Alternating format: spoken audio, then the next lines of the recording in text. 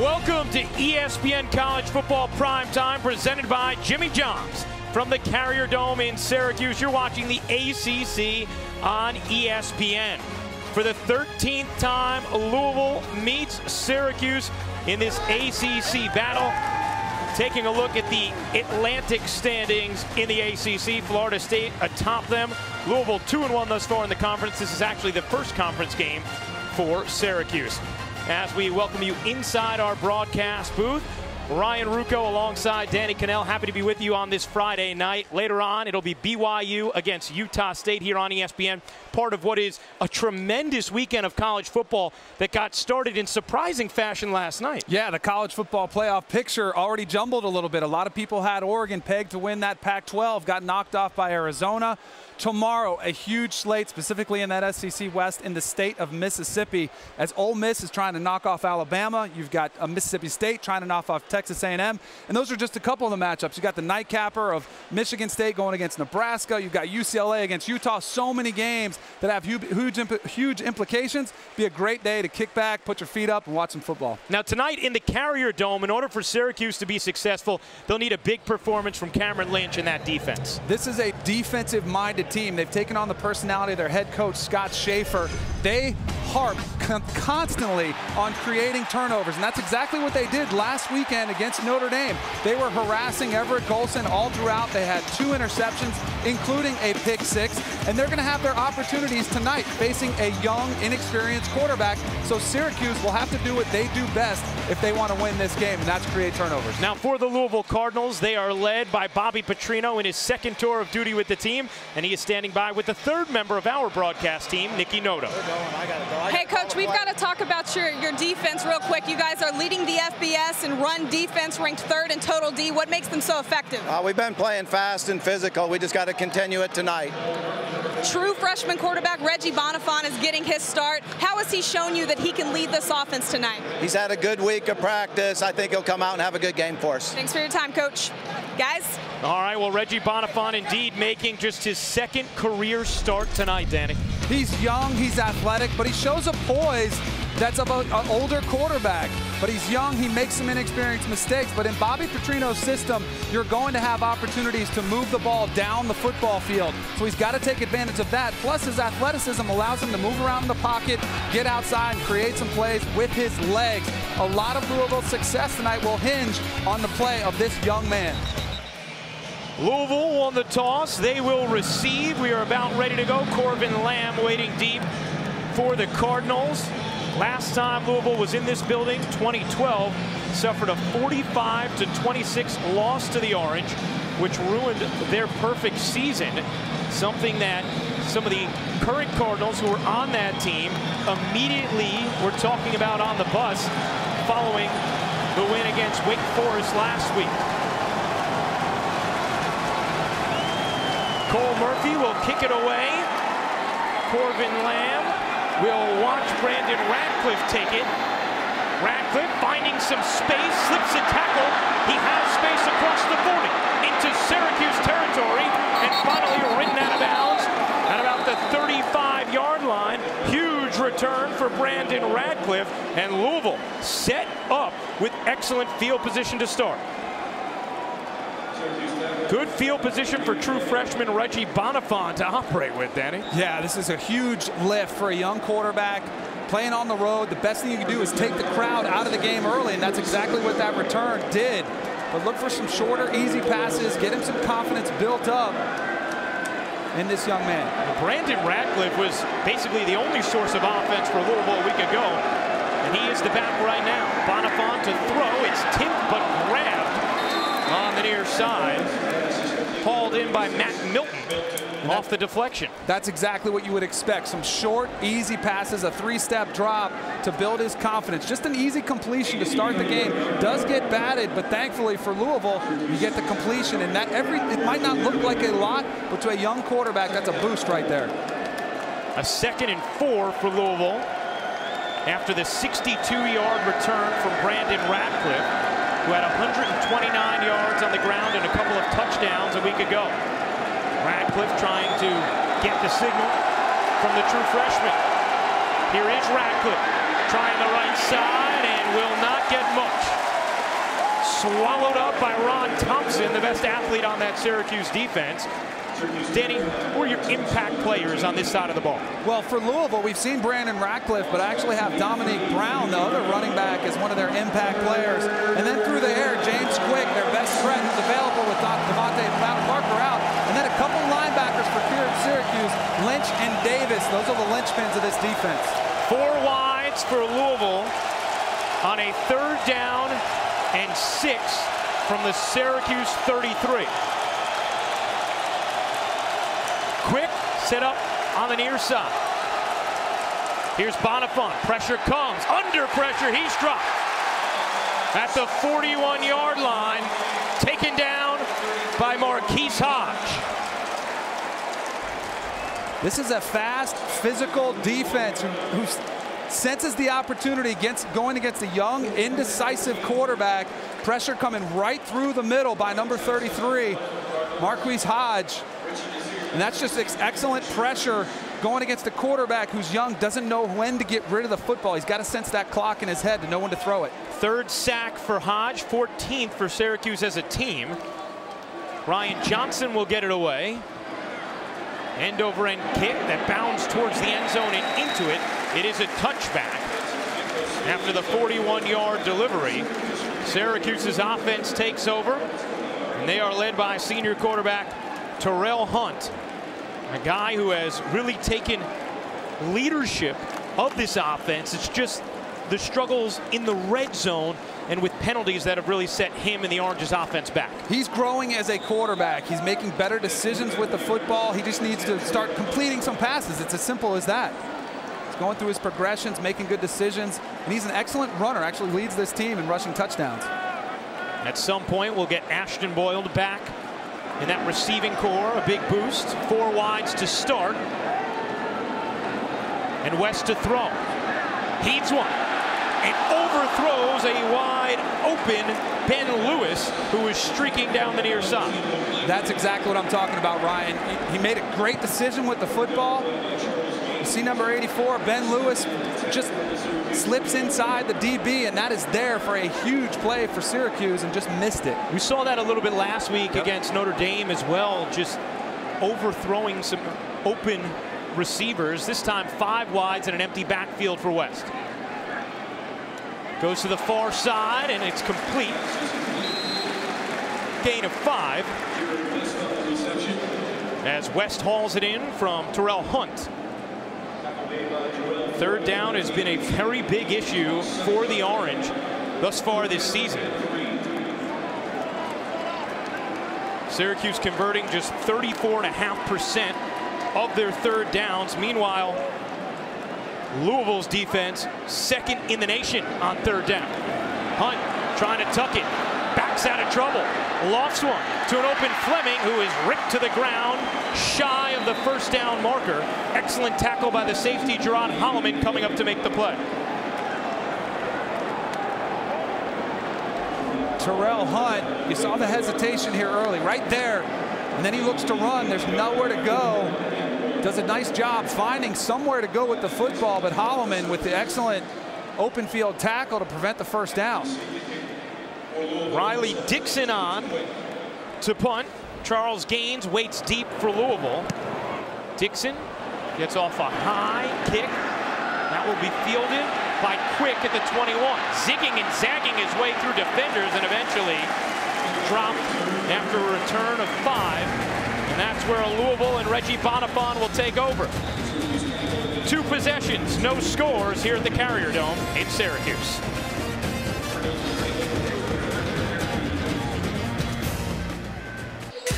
Tomorrow on ESPN, division rivals clash in 2 critical SEC West showdowns. First at noon, Kenny Hill and number 6 Texas A&M take on number 12 Mississippi State, presented by Cars.com. Then at 7 in college football, presented by Hampton Hotels, it's Nick Marshall and number 5 Auburn hosting number 15 LSU. Both games also live on Watch ESPN. For Auburn to make a statement in that game. Nobody's been talking about them. A lot of talk about A&M and Alabama. Auburn could have a performance tomorrow night. Huge college football weekend. Doubleheader Tonight on ESPN, BYU, Utah State coming up after Louisville, Syracuse. Here's Brandon Ratcliffe fighting through a couple tackles and slips upfield for a gain of 6. You take a look at the SEC West Saturday showdowns. A lot of it on our air and some terrific matchups. How about the scene today in Oxford when people were trying to get their spots reserved in the Grove? That is going to be nutty for College game day tomorrow morning. Michael Dyer in at tailback on this 2nd and 4 for Louisville. Each team with a 3 and out on their first possessions. For Louisville, and it was after a 62-yard return from Ratcliffe that put them deep in the orange territory. Quick goes in motion. It's Dyer trying to shake his way up the left side of the line and busts ahead for a first down. Richie Desir on the tackle, and a gain of 5 for Michael Dyer. This is what I would like to see Louisville do. Get the ground game established to take some of the load off Reggie Bonifant. You've got a slew of running backs in the backfield. That time it was Michael Dyer. You've got a nice offensive line. Work some on the ground, get some positive plays, and then take your shots when they're there. See Bobby Petrino in his 2nd tour with Louisville, known for his offensive mind, but the defense has been the strength of this team thus far. Under center, Bonifant to throw. Quick drop, zings one to the far side. It's intercepted. Picked off by Julian Wiggum. James Quick, the intended target. And Reggie Bonifant with his first pick as it is hauled in by Wiggum. Syracuse is playing on the other side of the line of scrimmage, getting just that hand up enough to pressure Bonifant, and then watch the receiver. Gets caught up, goes around the defensive back. There is a miscommunication right there between the quarterback and the receiver, because there is no way that ball should have been thrown. And I'm sure that's the conversation. You see, that's offensive coordinator Garrick McGee talking about that ball should have never been thrown against the corner who's pressing. He is not bailing on that coverage. And that's his high school teammate, Bonifant. James Quick and him, each best friends, played in high school together. Garrick McGee talked to us yesterday about how they have almost the 6th sense of chemistry with each other, but not on the same page Not on that one. Again, though, that's what happens when you try to throw the ball early with a young quarterback. Would have rather seen Louisville establish that line of scrimmage and continue running the ball. But now Syracuse with an opportunity to capitalize. A 2nd down and 8 for Syracuse. With 3 wides on the near side, here is Hunt. Over the middle, it's grabbed at the 38. Hauled in by Josh Parrish.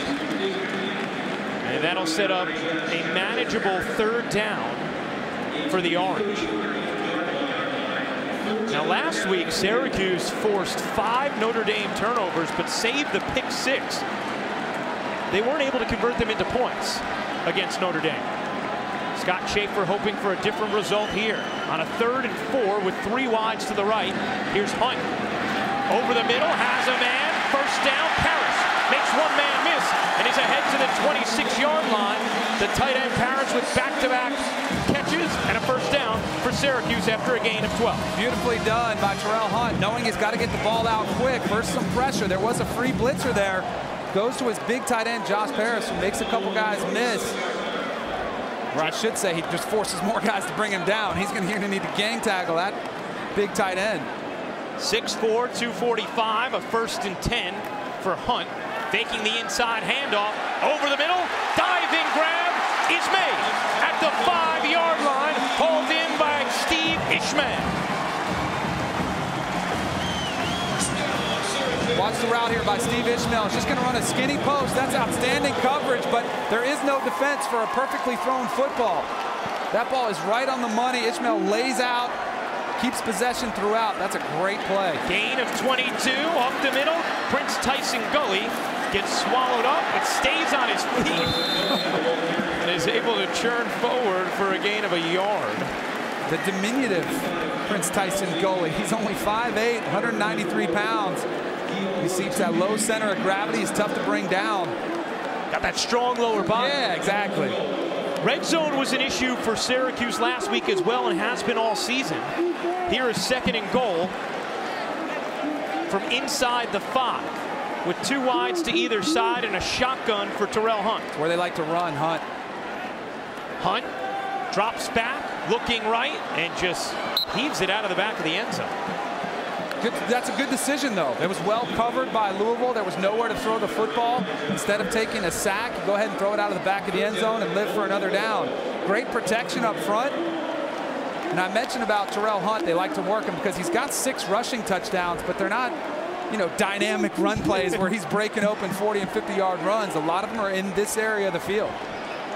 Louisville has allowed just 1 rushing touchdown this season, the #1 rushing defense in the nation. They got to hustle. They're not going to get. No, they're not. Play clock all the way down to 7. Timeout on the field.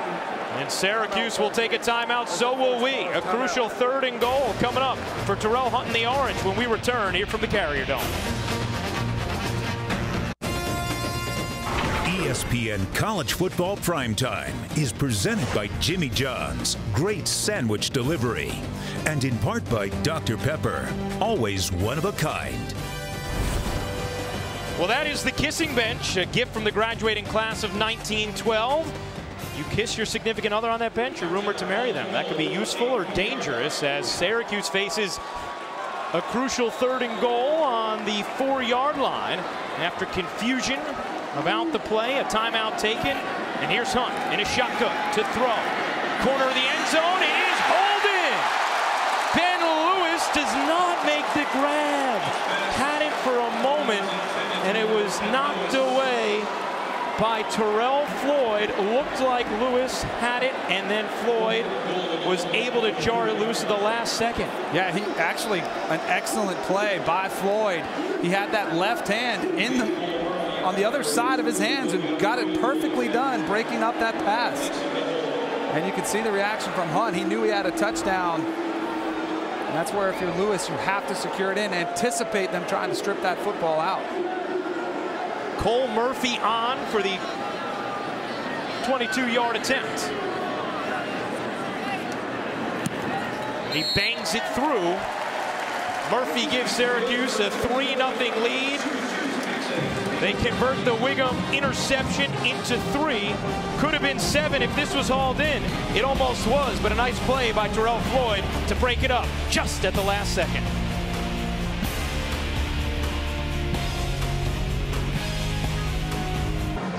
Well, Terrell Hunt and Syracuse able to turn the Wiggum interception into 3 points. They strike first against Louisville.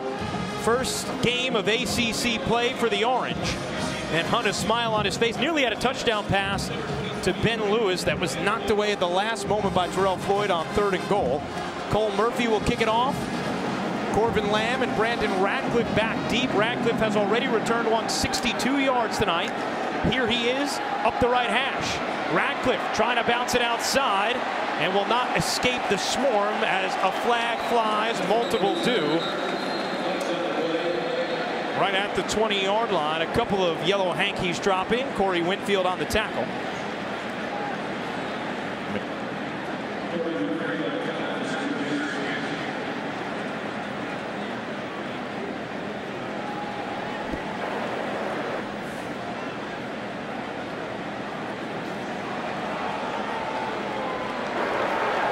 Well, a personal foul. Face mask on the kicking team. 15 yards for stepping. Let's go back to the almost touchdown and bring in Doug Rhodes, the ACC coordinator of football officials. Yeah, what we have, a catch is a process. You have to possess the ball, then you have to control it, and then if you're going to the ground, you have to maintain that control. And it's that third part that causes it not to be a catch here. Yeah, we'll have Doug with us throughout the broadcast to lend his expertise. Instead, 3 instead of 7 for Syracuse as Bonifant fires one to the far sideline, a little bit too tall for Charles Stanberry, and it'll be 2nd down. Cameron Lynch on the coverage. 2nd down on the attempt for Louisville, coming up from its own 35-yard line. Louisville 4-1 on the season, 2-1 thus far in ACC play. Bonifant getting the start as Will Gardner continues to work his way back from a lower leg injury, although he is available in case of an emergency tonight as the football pops loose at the 40-yard line. And who pounced on it?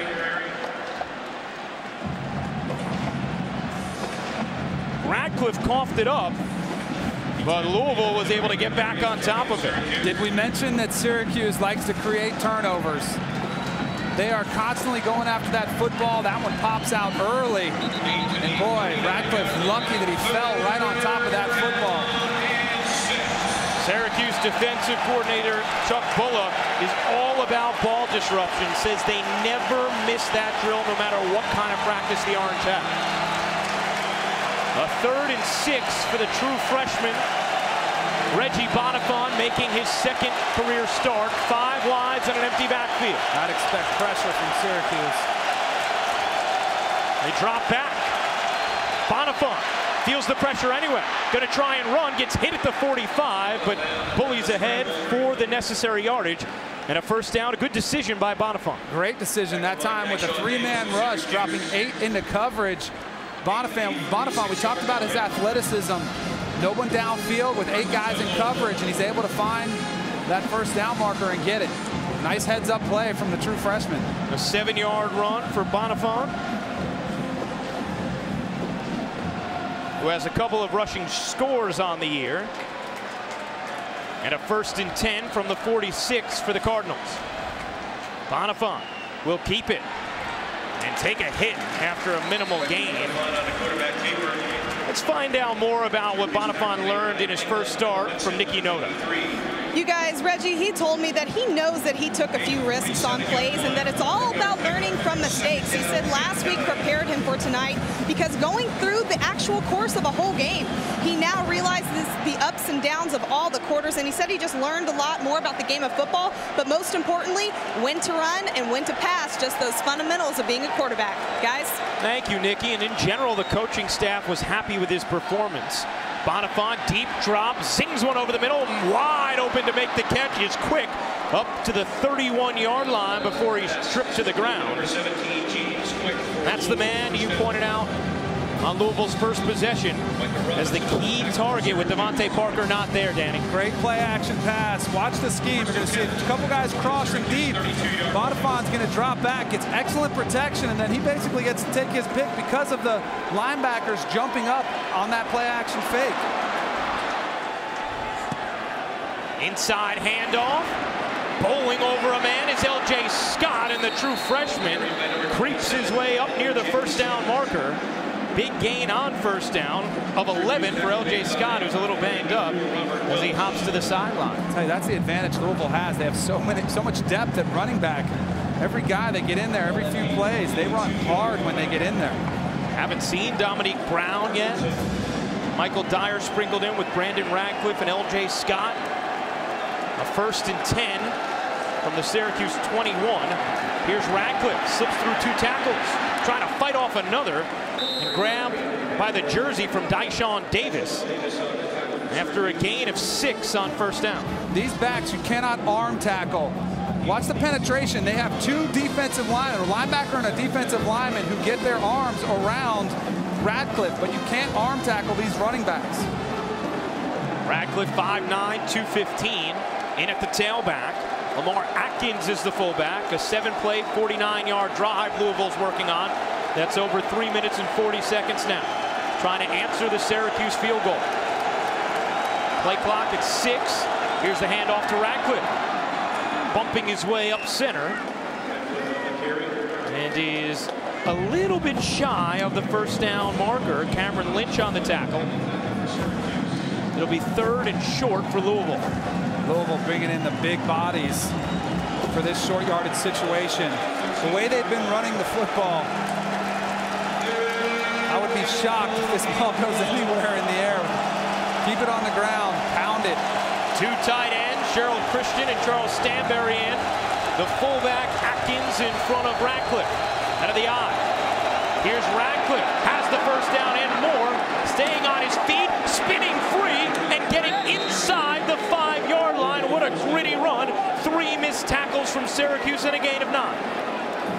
Man, does Radcliffe run hard. Watch the way he runs the football right there at the point of attack. Keeps his legs driving. Look how many tacklers it takes to bring him down. Man, that is impressive. I think what you're going to see is he's going to start getting a lot more carries, because to me, he looks like he has the hot hand right now. First and goal from inside the 5 for Louisville. Bonifant with Christian setting up on the left side of the line. Gives to Radcliffe, bouncing it out, sneaking in, and spins his way to the end zone for the touchdown. Brandon Radcliffe making it all happen that drive, and Louisville finds the painted grass first. But that big overload to the left side. Lamar Atkins, big fullback, picks up a nice block. And then the thing I really like about Radcliffe there, instead of trying to race for that corner, knew when to hit that foot in the ground and make that beeline for the end zone. 5th rushing touchdown this season for Bobby Petrino's running back Brandon Radcliffe, 6th of his career. John Wallace on for the extra point. He boots it through a 10-play, 65-yard drive that took up more than 5 minutes, and Brandon Radcliffe was not going to be denied at the goal line. He gets in the end zone. Louisville with a 7-3 lead. First quarter action at Cuse.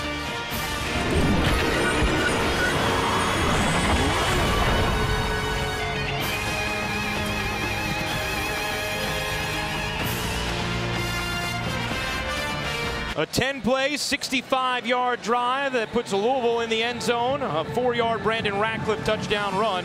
It's a 7-3 lead for the Cardinals over Syracuse. How about the tough running from Radcliffe there, Danny? You saw it in their last game when they started handing Radcliffe the ball. The offense just started to look more crisp. Everybody had a little bit more pep in their step. It is infectious when you get a running back who runs like that. The offensive line feeds off of it. 5 carries for 37 yards on that drive, and they were not easily earned yards. John Wallace will kick it off for the Cardinals. Irvin Phillips, the speedster, back deep for Syracuse. Phillips will take one step into the end zone and bring it out. Here is Phillips straight up the gut and is pounded at the 16-yard line by Stacy Thomas. Tomorrow, Amir Abdullah leads the Cornhuskers rushing attack against the Spartans. Saturday Night Football presented by Wells Fargo. Number 19, Nebraska, takes on number 10, Michigan State, tomorrow at 8 Eastern, 5 Pacific on ABC. Great matchup. Amir Abdullah, one of the premier running backs in the country, going against one of the best rush defenses. A physical matchup to watch out for. Michigan State also has a lot of weapons on the offensive side of the ball, though, as well. Endless terrific matchups tomorrow. A 1st and 10 for Syracuse with Tyson Gully and Irvin Phillips in the game. Here's Hunt keeping it and will go nowhere. Ripped down by Sheldon Rankins at the 10-yard line. We talked to offensive coordinator George McDonald and asked him about Terrell Hunt's speed, and he kind of laughed and he said he's slow. But he was joking, but you could see right there Terrell Hunt is not the type of guy who's going to get to the outside and threaten that edge. He can run just enough zone read to make you think about it, but not one that's going to break open many big plays. Saw Todd Grantham, the defensive coordinator at Louisville after his years in Georgia. Hunt to the far side. Nice little slip through from Jared West to gain a couple extra yards. James Sample on the tackle. Beautifully done. I mean, you're faced with a 2nd and long situation, a 2nd and 14. The goal is to get half back and be in a 3rd down and manageable. So now they're sitting at a 3rd and 7. But you've got to like your odds a lot better than you would have been had you only got 3rd and 12. Coming up after this game, BYU, number 18 in the nation, taking on Utah State right here on ESPN. Here's a 3rd and 6 for Hunt. Fires one way too tall on the far side.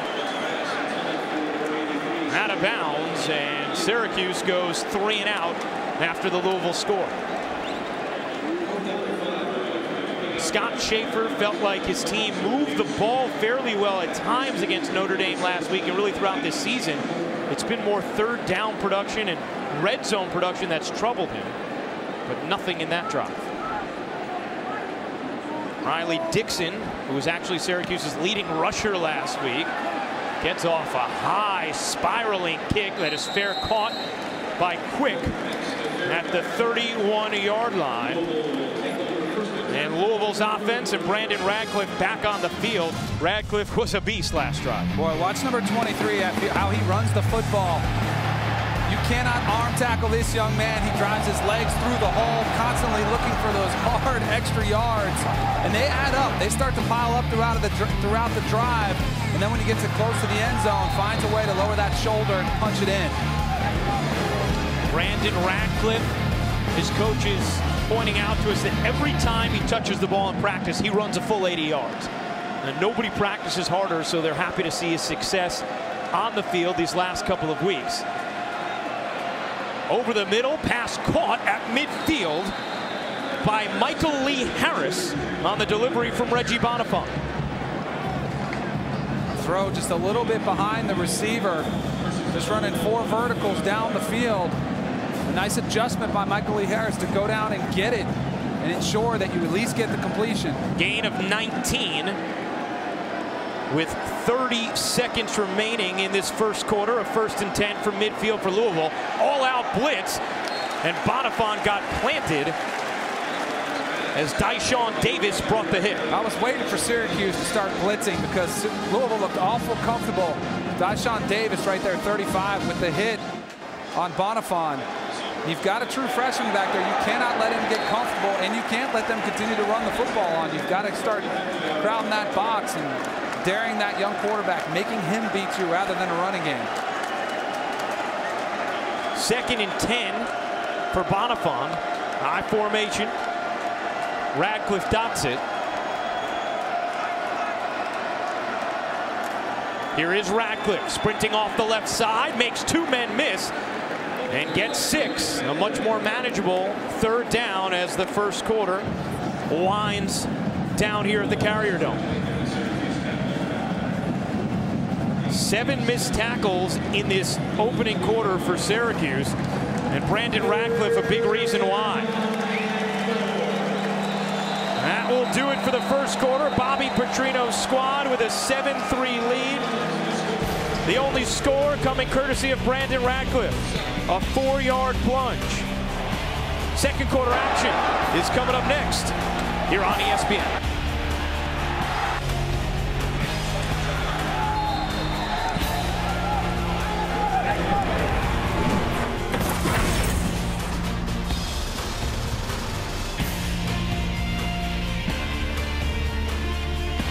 Start of the second quarter, Louisville a 7-3 lead over Syracuse. Reggie Bonifant, the true freshman, making his 2nd career start because Will Gardner still working his way back from a left knee injury. Suffered a couple of weeks ago. Gardner is available in an emergency situation. Practiced all week in some capacity, doing a little bit more each day, and a timeout taken by Syracuse. Timeout. Timeout on the field. Syracuse. Well, that's an odd timeout. You know, coming out of a commercial break. This is a 30-second timeout. Plenty of time to go over your options. Louisville comes up to the line of scrimmage in a formation. Syracuse was looking around in the secondary, kind of looking at each other like wasn't real sure where to line up, so they had to burn a timeout right there. Meanwhile, you see Gardner, who has continued to progress throughout the week, and he and Reggie Bonifant, good friends. A lot of quarterbacks in that Louisville room, 6 or 7 of them. Bonifant, dubbed by his coaches, is probably the one with the most talent. And he's the baby. He's the youngest guy in that room, so everybody's kind of taking after him as the little brother type. That guy's excited for this 3rd down and 4 from the 46 of Syracuse. Dominique Brown finally into the game for Louisville. Here's Bonifant to throw. Has a man at the sticks. Quick with a little bit more as he slips out of bounds. James Quick with the 3rd down reception gets to the Syracuse 37-yard line. Bobby Petrino, one of the best offensive minds in the game. Syracuse brought pressure. They moved the pocket for Bonifant, get him outside to get the one-on-one matchup to James Quick, and that's what sticks out to you. The in-game adjustments that Bobby Petrino makes along with his offensive coordinator Garrett McGee to put his quarterback in good situations. He says this offense is a work in progress, knows it's not where it needs to be.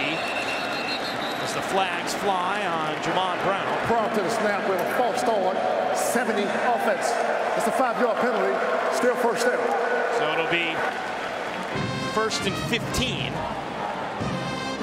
John Miller gets saddled with the false start. But sort of an oddity for a Bobby Petrino team with its strength being the defense rather than the offense. That offense could get considerably better when Devontae Parker comes back, though, in that wide receiving core, huh? You're talking about a first-round talent at receiver who's been out. They expect him back in a week or two. 1st and 15, Bonifant, play action, stepping up, under pressure, escapes it, makes a man miss. A lot of room as Bonifant goes tumbling across the first down marker with a gain of 16. Boy, he might have had a big play down the field. Remember the last play that we saw? A couple crossing routes down the field by the receivers, identical routes by the receivers on the outside, but the pressure's there, and this is where Bonifant, what makes him special. That's an element of the game that Will Gardner does not bring to the table, that ability to get outside, to escape and make a play. A 16-yard run from Bonifant and a 1st and 10 at the Syracuse 26. Handoff up the middle. Dominique Brown bruising over one tackle and finally is ganged to the ground. A lot of Syracuse defenders looking to join the camera club. That's something that Chuck Bulla, the defensive coordinator, has instilled. When they watch the game tape, he wants to see how many orange helmets are flying to the football. That's him right in the glasses in the middle of that view. So they want a bunch of helmets swarming to the football, which is something they haven't done yet in this game. That's why they've struggled to slow down Brandon Ratcliffe and the other backs for Louisville. Luke Arciniega down, shaken up after the play. He was the first hitter in on Dominique Brown, who's 6'2", 235, and delivers some pain when you hit him. That was a big collision. So Arciniega limping off. It'll be 2nd and 9 for Louisville. What do you think of what you see from Reggie Bonifant thus far, Danny? I've been impressed. I mean, the coaches told us about his poise. That's the one thing. I mean, remember, he started off this game on a little shaky note. The interception didn't faze him at all. He bounced back, made a couple nice throws down the field, and he's made good decisions since then. A lot of young quarterbacks would get flustered in that situation. 2nd and 9. The receivers bunched into the line. Bonifant, quick drop, looking right, the pump fake, and had a man over the middle, Eli Rogers. But Rogers unable to haul it in, and it may not have been terribly accurate. Well, he had to get rid of the football. Syracuse was blitzing more than they could block. And he's got his hot receiver right there. You just have to hit him now, right away. Get that ball out of your hands. Got to sense that, got to feel that sense of urgency. This is an area where he's got to be careful with the football. It's a 3rd and long. Don't force it down the field. You're in field goal territory. Be smart with the football. Isaiah Johnson rushed onto the field late for Syracuse on a 3rd and 9 as the Carrier Dome gets into it. Louisville 3 of 4 on 3rd down thus far tonight. Bonifant running the option. Ball pops loose. It's scooped up by Cuse, and they take over at the 44-yard line. Robert Welsh picks it up off the turf. And a whistle. I think there was a forward pass is what they're going to do. Before the play, there was a delay of game on the offense. The play did not occur. Delay of game offense. What a huge break for Louisville. You make a freshman mistake like that, it actually works in your favor. That ball was definitely down. He had fumbled that ball. That was going to be a turnover, but it was blown dead before they got the snap off. And so now a 3rd and 14 rather than the turnover. Again, think about the field goal here. You don't need the 1st down necessarily. Get a completion. Find a way to make it easier for your field goal kicker. 3rd and 14. John Wallace, the kicker for Louisville, missed from 46 twice a week ago. Handoff up the middle. Dominique Brown, as a flag flies, gets inside the 25-yard line.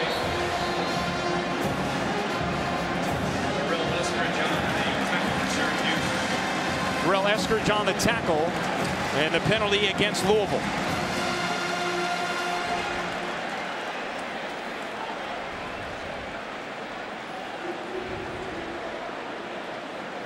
holding number 89 on the offense. It's a 10-yard penalty. We'll replay the down. So the holding on Keith Tobridge, and that was Bobby Petrino taking taking the deciding factor out of it. Don't let your quarterback make a mistake, and Petrino is not happy with that call right there. He is livid. That face turning about as red as his shirt. And now Louisville outside of John Wallace field goal range. They'll need a considerable gain on 3rd and 24. Radcliffe is the back. Bonifant under pressure, gets hit, and the pass too far for Radcliffe. Marquise Hodge applying the pressure with Dyshawn Davis. This was the perfect play call for Louisville if you can get it off. Dyshawn Davis coming off the edge with the pressure, and Bonifant's retreating. He's trying to find a way to get the ball to that back, because if he can find a way to get to the back, there was a ton of room to run. You love dialing up a screen pass versus the blitz because they're thinking they've got a sack. You drop it over the top. You've got a good bunch of guys pursuing. Derek McGee delivering his message with a little more calmness than Bobby Petrino. Didn't seem thrilled with his true freshman quarterback, as that punt sticks right at the 1 and will be down there by Louisville. Flag on the play, though. Back at the 46-yard line. Also one at the 39. 2 flags down. Have an illegal formation. 5 men in the backfield on the offense. It's a 5-yard penalty. We play 4 penalty. Well, that's a lot of consecutive penalties for Louisville to back them out of field goal range, and now take away what would have been an excellent punt that downed Syracuse at the 1. Don't forget, though, the delay of game helped them tremendously. The fact that they didn't turn the ball over, and here they are, another opportunity to pin them back. But man, they could have had them on the half-yard line back there. Right there. Ryan Johnson to punt. Richie Desir waits at his own 10 for Syracuse.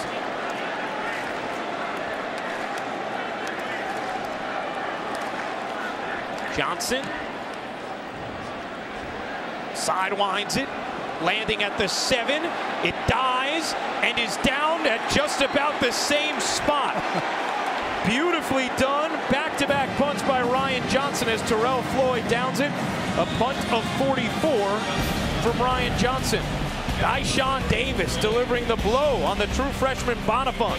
Syracuse's defense trying to hold strong. They trail 7-3.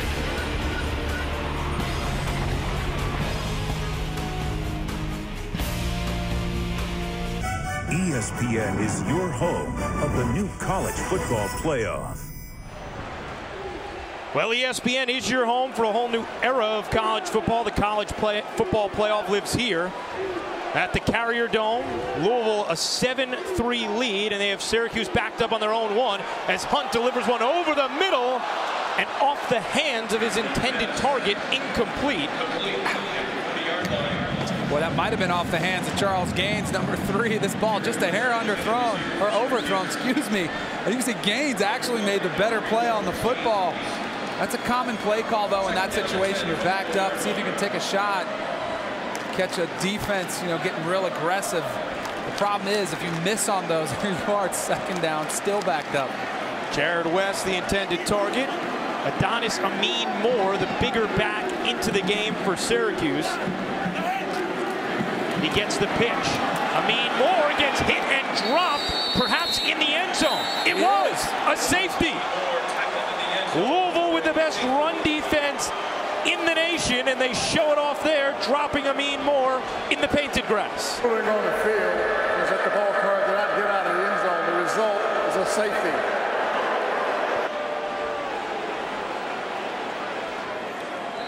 Gerard Holloman on the tackle. Once again, the ruling on the field is that the ball carrier did not get out of the end zone, resulting in a safety. That play is under review.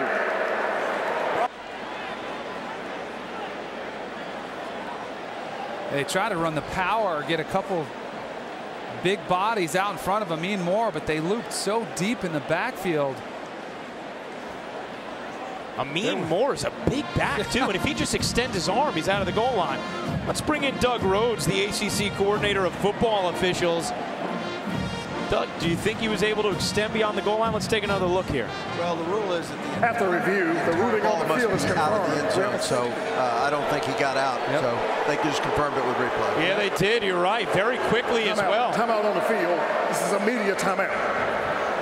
The accurate call was made on the field and quickly confirmed as Amin Moore unable to get beyond that goal line, and Louisville drops him for a safety. Teron Holloman, who leads the nation in interceptions, comes up with the tackle that earns Louisville 2 points and a 6-point lead. They'll get the ball back.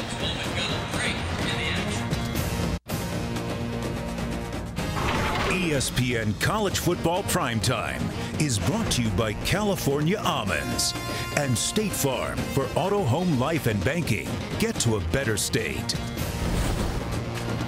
Well, Jim Brown, Ernie Davis, along with Floyd Little, 3 of the members of the Syracuse Orange who have worn number 44 throughout their time at Syracuse. The number that represents this program. And you see Floyd Little taking in the action with his Syracuse orange shirt on. Couldn't have been too thrilled about that safety, as Amin Moore was dropped in the end zone by Teron Holloman, and on the free kick, Quick gets tripped up across the 30. And the chase for the NASCAR Sprint Cup heads to Kansas and the contender round, where 12 nations battle and only 8 advance. Brad Keselowski won at Chicago, Joey Logano at New Hampshire, Jeff Gordon at the Monster Mile at Dover, but the points reset and we start fresh in the contender round. The NASCAR Sprint Cup Series at Kansas takes place this Sunday at 1 Eastern, 10 Pacific on ESPN and Watch ESPN, presented by Dodge. Well, Teron Holloman, who leads the nation in interceptions, came up with a huge tackle in the end zone to put 2 more points on the board for Louisville. And here is Bonifon as a flag flies, has Rogers at the 45, slips up to the 48, but a flag down at the 29, and it will likely be holding against Louisville. The home crowd at the Carrier Dome here at Syracuse saw that one. And it is against the Cardinals.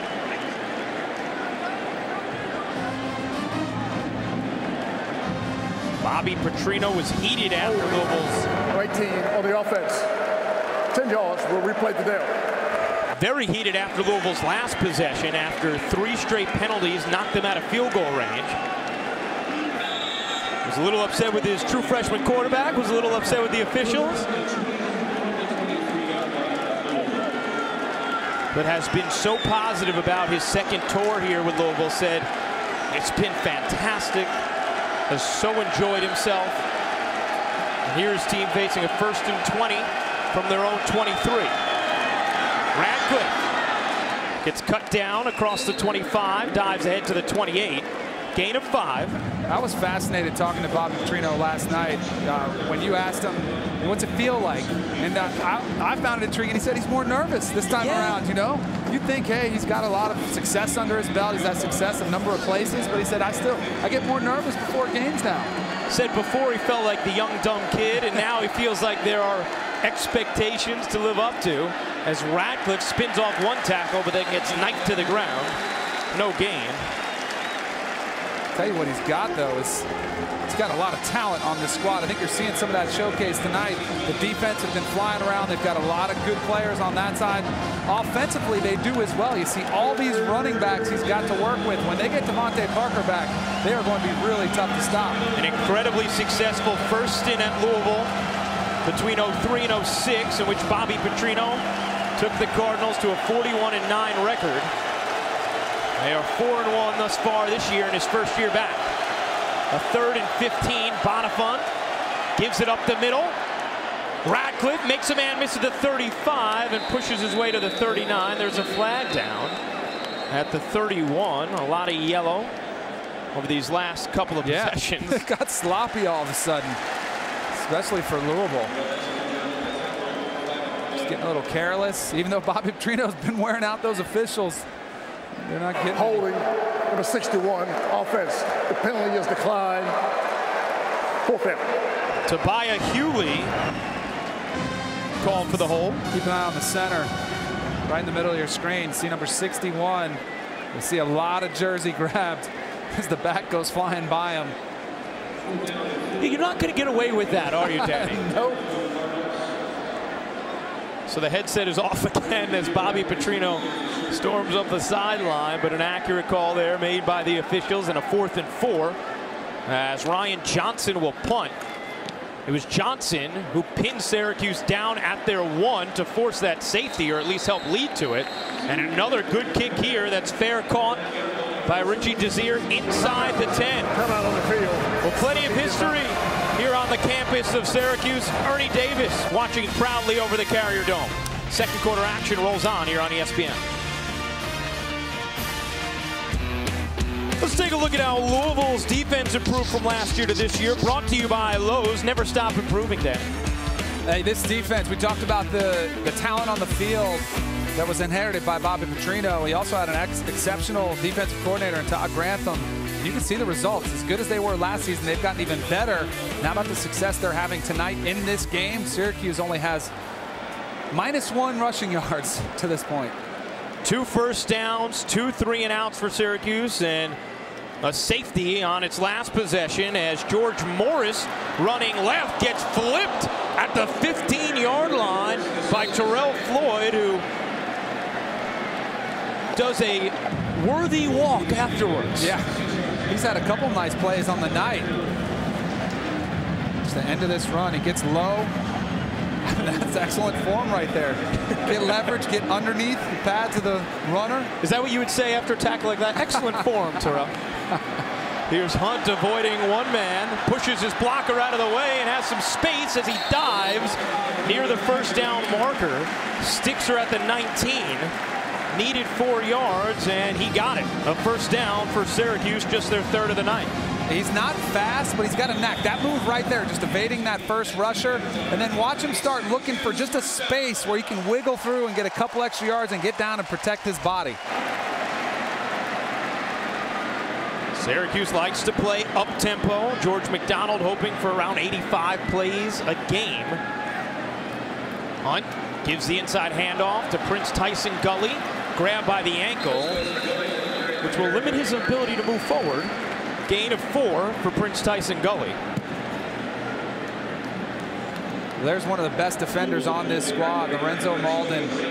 He of the red dreads. That's quite a look, but man, he flies all over the field. 3 sacks in their last game. He's disruptive. I tell you, Todd Grantham raves about him as a defender. Feels like he'll shoot up and up the draft boards as people watch him right now. Or Todd McShay has him as a 2nd rounder based on everything he saw last year from Malden. One of the things he's benefited from is playing this 3-4 scheme with Todd Grantham. More able to move him around a little bit more, stand up, get him in mismatches, and basically just get after the quarterback. Went from a defensive end to an outside backer on this team. Had 3 sacks a week ago. Louisville had 8 as a team in their win against Wake Forest. 3rd down, Hunt delivers. Pass caught at the 30 by Josh Paris. For a little more on Lorenzo Malden, let's check in with Nikki Noto. You guys, Lorenzo Malden, his story just really tugs at your heart. You know, he was in and out of foster homes. He is the oldest of 5, so not only did he have to play that big brother role, but a parent role as well. And you know, this December he's graduating in communications, the first of his family, and he really hopes his story inspires others. You guys? Yeah, Nikki, you mentioned in and out of foster homes. He was in 16 different foster homes growing up. The inside handoff goes for a few to Irvin Phillips. And Todd Grantham felt like, as people see him as that outside backer in the 3-4, he will shoot up NFL draft boards and could find himself in the 1st round easily. Yeah, he said he's special on and off the field. And that's what NFL scouts look for. Guys with special character, great work ethic, and just have something about them. They just find ways to make plays, and that's what he does. They're going to need it. Syracuse all of a sudden found some mojo. You know, he's up for homecoming king as well. Yeah, that's right. Pass in the flat to Phillips. He is fast, makes one man miss, and then gets plowed to the ground by Keith Kelsey, the leading tackler on Louisville. It'll be 3rd down for Syracuse. It's already picked up a couple of first downs on this drive. Terrell Hunt trying to get something going for this offense. 2 of 5 on 3rd down conversions. They have just 4 total on the night. 5 wides, empty backfield. The pump fake and the interception picked off by James Sample. Sample up the far sideline and is taken down inside the 30-yard line. 2nd interception of the year for James Sample, the 11th of the season for Louisville. This is just a mistake. You're going to see the outside route combination. And Terrell Hunt pump fakes the defensive back, but that's not who he needed to fake out. It was the safety in the middle of the field. Watch the safety right in the back. He's looking at the eyes of the quarterback the entire time, playing sort of that center field position, and has a beat on that the entire time. Sometimes you call that shot play. You've got to get off of it if it's not there. Louisville leads the country in interceptions. You see why. As L.J. Scott goes split out right, here's Dyer up the middle. Gains 5 on 1st down. It'll be 2nd and 5 for Louisville. Trying to turn the interception into 7. Louisville with the 9-3 lead. 5:40 to go in the 2nd quarter. Reggie Bonifant of Louisville, the true freshman quarterback, picked on his 2nd possession by Syracuse. They were only able to turn it into 3, though. That's the lone score for the Orange. A 4-yard touchdown run from Brandon Ratcliffe. Oh, my goodness. A lone touchdown for Louisville and another pre-snap penalty. 18 offense. It's a 5-yard penalty. Still 2nd down. This offense is absolutely shooting itself in the foot. And a couple times, this is the 2nd time they've had a turnover, gotten in great field position, and then found themselves with these foolish mental penalties, and that'll drive a coach nuts. It's one thing if you drop a football or, it's something that a coach can't really get on you, but for these mental mistakes, this will drive coaches nuts. 6 penalties, accounting for 40 yards from Louisville now. Just 1 penalty thus far on the Orange. And now, instead of 2nd and 5, it's 2nd and 10 as Dyer goes split out to the near side. Bonifant to throw, under pressure, and dropped. Reggie Bonifant taken down by Julian Wiggum, as well as Eric Crew. This just got beat. Watch the edge right here. He's going to get picked up from the back. The back has got to do a better job. L.J. Scott just whiffs on the edge, and then the interior pressure came and got him from behind. So really, a couple guys probably would have had that sack for Syracuse. A loss of 4, 3rd and 14. And once again, Louisville on the edge of field goal range. The range for John Wallace about 45 yards. 3 wides to the left. Handoff to Dyer, and he is slammed to the ground. Behind the line. The Cuse defense getting in there quickly. Dyshawn Davis and Micah Robinson. Here comes the pressure, left side of your screen, unblocked. And Dyer had nowhere to go. And Syracuse, we talk a lot about Louisville's defense. Syracuse has a great attacking defense. And what's turning out to be a little defensive battle going on right now between these 2 teams. Jamon Brown down on the ground for Louisville. Oh, he got rolled up too. So you see that happen a lot of times with offensive linemen. They just get caught up in the wash. There's so many bodies flying around by their legs. And rolling around in pain. While we have a moment, I want to remind you that on Monday, Russell Wilson and the dominant Seahawks on the road in an NFC showdown against Kirk Cousins and the Redskins. Catch Monday Night Football 8:15 p.m. Eastern on ESPN and watch ESPN. No other night is Monday night. Jamon Brown being politely applauded as he limps off to the Louisville sideline. And another possession for Louisville in which they were in field goal range, and through penalties and losses of yardage backed their way out of it.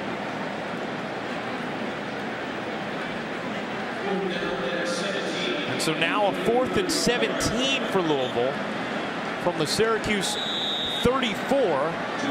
But John Wallace is going to try and attempt the field goal. A 51-yard attempt for Wallace, who missed from 46 twice last week. His career long is 45. And the officials conferring perhaps about the clock. They are, and they will roll it. In his career, Wallace 0 of 2 when attempting from 50 or more yards. This is 6 yards further than his career long. Snap good, spot down, kick on its way. It is booted, and it is good. John Wallace from 51 yards, a career long, connects and gives Louisville a 12-3 lead. John Wallace flushed that one. That would have been good from 60 maybe. Puts the Cardinals up 12-3.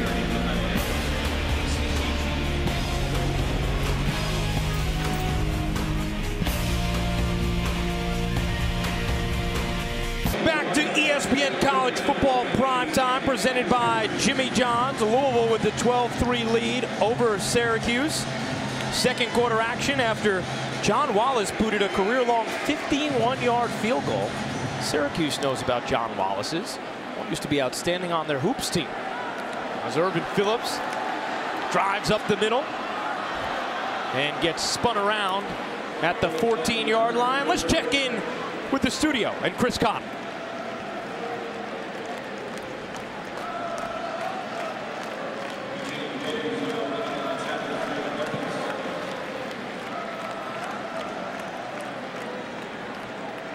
Syracuse will take over first and 10 from its own 15-yard line.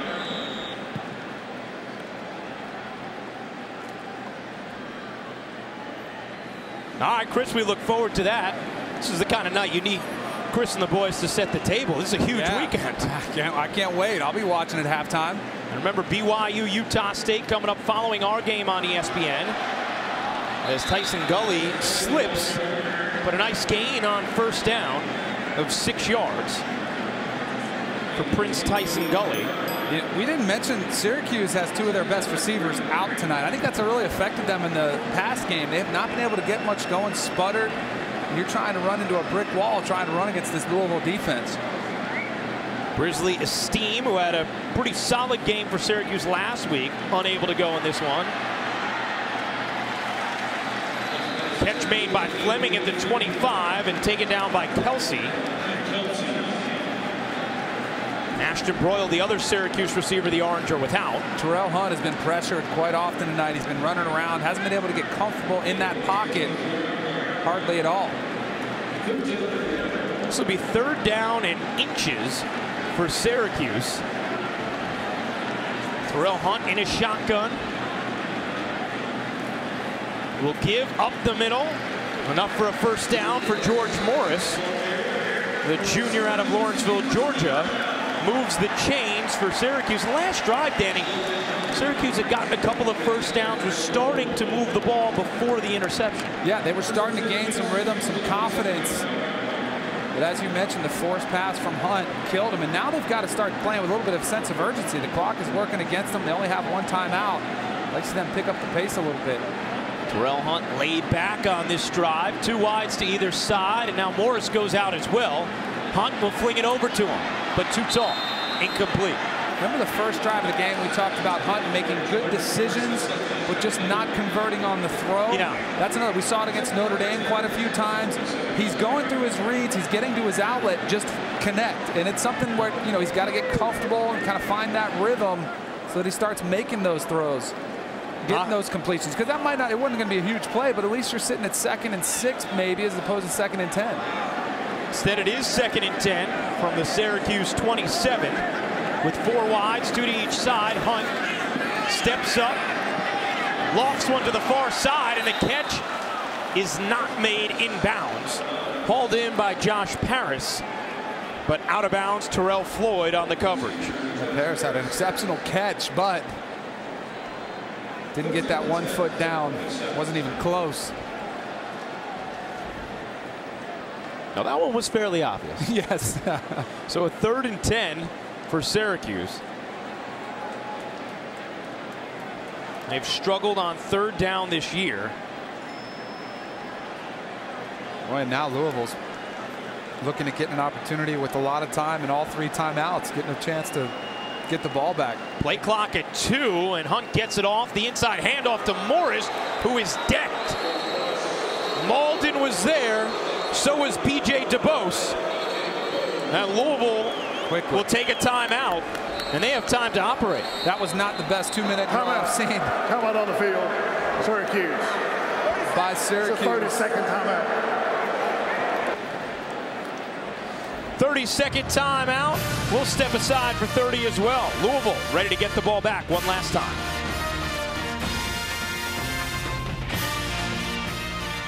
Louisville, the 12-3 lead over Syracuse, and ready to get the football back. Lorenzo Malden on the third down stop, Danny. Yeah, Malden, we talked about him. He's a beast. And Louisville's run defense best in the country as Malden leads that front. Is picked up by Quick. Niftily skidded through a couple of tackles. Dangerously as well. I don't know if the risk reward was high enough there for him to field that ball. 6-yard return's not enough for you. Right. And it's not like that ball was bounding the opposite way. Probably saved him a total of 10 yards maybe. Reggie Bonifon, the true freshman, 4 of 9 thus far tonight, yeah, Danny. He's been solid, played with poise. Now it'll be interesting to see how much Petrino and his staff trust the true freshman quarterback in this situation. And Louisville with 2 timeouts remaining. 1:38 to go in the half. Michael Dyer is the running back. He gets the handoff straight up the middle. Dyer taken down after a minimal gain. Michael Dyer has had an interesting road to Louisville. Was the BCS National Title Game Offensive Player of the Game for Auburn in 2011. As you see, Quick split out top of your screen. Over the middle, Bonifon had it in the hands of Rogers, and Rogers unable to haul it in.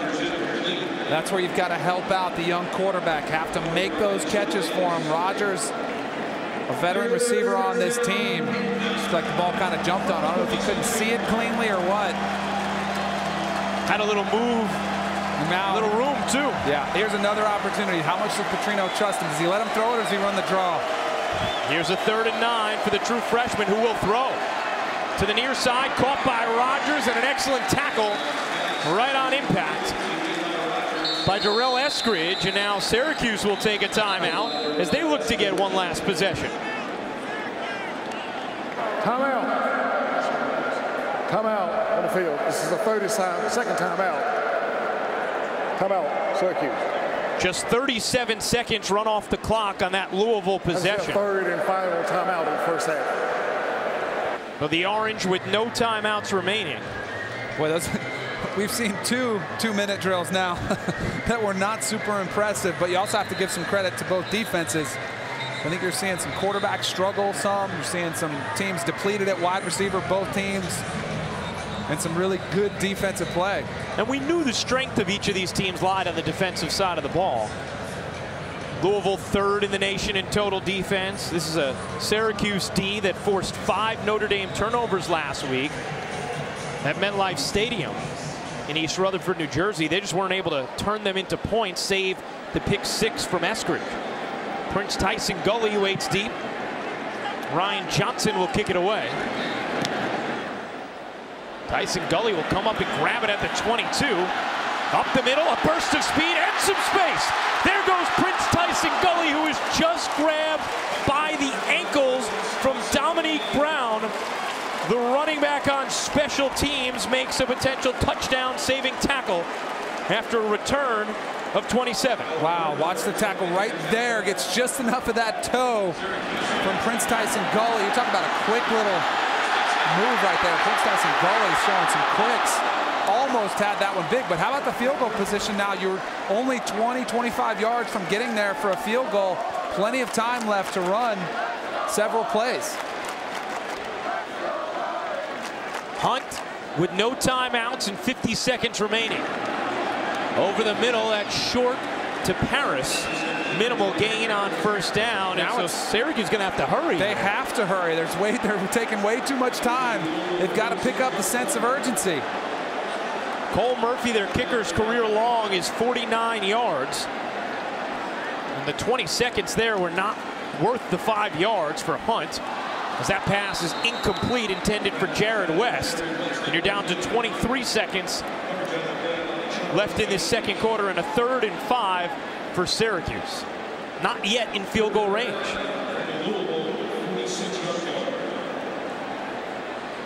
Now the advantage here is you get the first down, you get the clock will stop, so you can work that middle of the field. You have to get the first down, but you got to hustle up. You should have 2 plays called even in the huddle. 4 wides, 2 to each side on a 3rd and 5. Now Tyson Gully comes out to the flat. Hunt going to tuck it and run. Dives for the first down, and he should have it at the 39-yard line. Now they got to hustle and spike it or get another play called quickly. There's too much indecision now. There's no timeouts, and Hunt doesn't know it. Hunt looking to the sideline now will spike it. And a lot of indecision and lack of awareness from the senior quarterback Hunt, who is loafing beyond the line. Yeah, you can see him. Watch him right there. He sees the clock. He knows he's got to stop it, but you don't have any left. And then he realizes he's got to go up and kill it. Danny, how is he not going into the drive knowing he has no timeouts? Now that's something that's got to come from the sideline. It's got to be a conversation before you come in this drive. All right, here's the situation. Here's what we have. And now they've got to be careful because they might be able to work the sideline here, but maybe one more shot. The 8 seconds that cost them makes you tight here as Hunt fumbles the snap, and every second's precious. He'll heave to the end zone. It is caught at the 2. Again, they got to hustle up to the line of scrimmage. And Hunt was loafing in the backfield again. He's got to rush up there. They got to set the ball. They'll set the ball and try and spike it as quickly as possible after the catch of 39 yards from Jared West. And the time runs out. Syracuse unable to spike it in time. The officials will confer. Louisville's running right into the locker room. Well, that's the half is over. That's like occurred in less than 3 seconds. Let's bring in Doug Rhodes, the ACC coordinator of football officials. Doug, your explanation for the time running out there.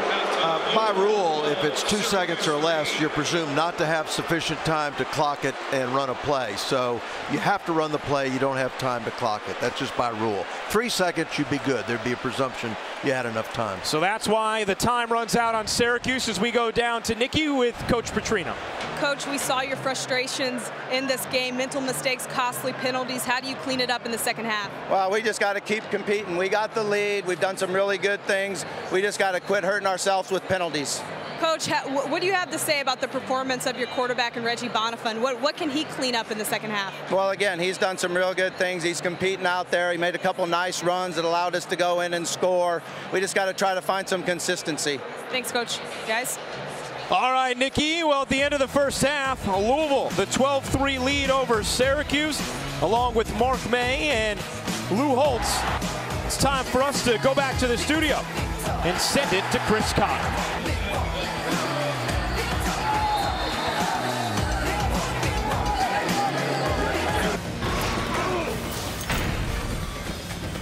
Welcome back to ESPN College Football Primetime, presented by Jimmy John's from the Carrier Dome in Syracuse.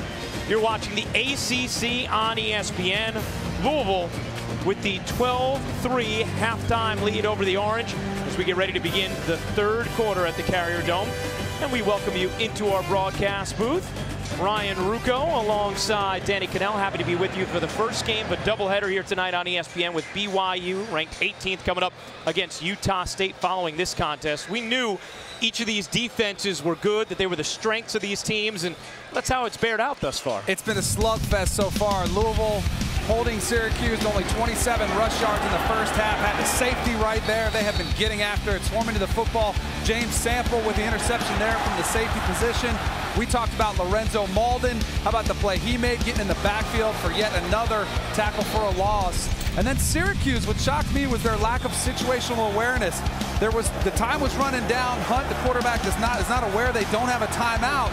Then they get the huge play down the field. They're on about the 2 or 3 yard line. but you cannot spike the ball by rule under 3 seconds of the clock. Maybe could have ran a quarterback sneak, maybe you try to toss one in the end zone, anything but that. You walk away with nothing.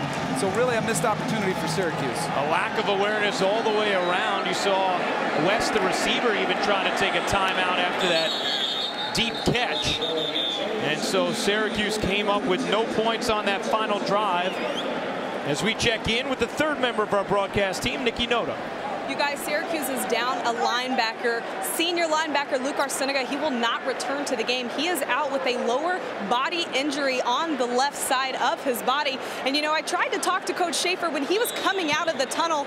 I asked him what his concerns were. Guys, all I got was, we got to out-tough him. I couldn't even get a second question in before he began sprinting down the sideline. All right, Nikki. Well, Coach Schaefer definitely seemed focused when we met with him yesterday, and his team unable to produce points on their final drive of the first half. And here a flag flies on the first play of the second. Prince Tyson Gully on the carry. Terrell Floyd on the tackle.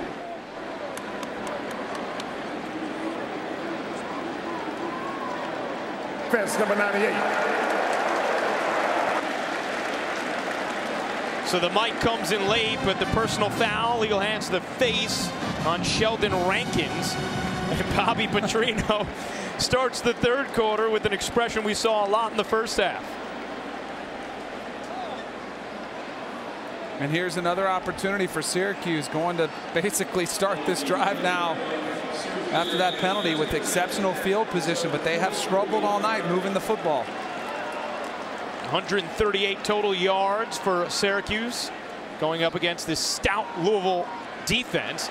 In the flat, it's Lewis with a stiff arm of Holloman. Then Holloman gives the shove. Lewis out at midfield. The Louisville defense, third in the nation, and they have not allowed a touchdown since the third quarter of their game against Virginia on September 13th. That's 11 quarters for Todd Grantham's defense, Danny. They're pretty special. I'm telling you, they have a chance to be really good. 2nd and 4. Hunt will toss one to the far flat. Caught on the run by Phillips, and he gains a yard. See that? B.J. DeBose as well as Terrell Floyd there. You see that? Even open field tackling, they're just sound. They get after it. They wrap guys up. They swarm to the football. Time Terrell Floyd and DeBose on the tackle. They have been getting after it all night. Yeah. Growing with confidence every time. Every series they force a 3 and out. Bobby Petrino's team, 2nd in the nation entering tonight in third down defense, holding opponents to a conversion rate under 22%. Here 3rd and 3. Hunt with all day, has a man, it's Lewis, wide open, with space, inside the 20. Following a block inside the 10, to the 5, and he dives just short of the goal line. Ben Lewis with the third down conversion of 48 yards. It all starts with the pass pro up front. Terrell Hunt seemingly forever. Nice kick out by the tackle on Lorenzo Malden. And then how about Lewis just finding a window to get open, and watch the downfield block by Jared West. Comes in your screen late. 1st and goal. Tyson Gully gets swallowed up. Driven backwards by DeMontrez Mount. And this is going to be one of the toughest areas to finish this drive off, because Louisville is so stout against the run. And a man down. Come out on the field. In the end zone for Louisville. Far side of the field in the end zone, it's Andrew Johnson, the senior corner, who is down for the Cardinals after that loss of 3 on 1st and goal.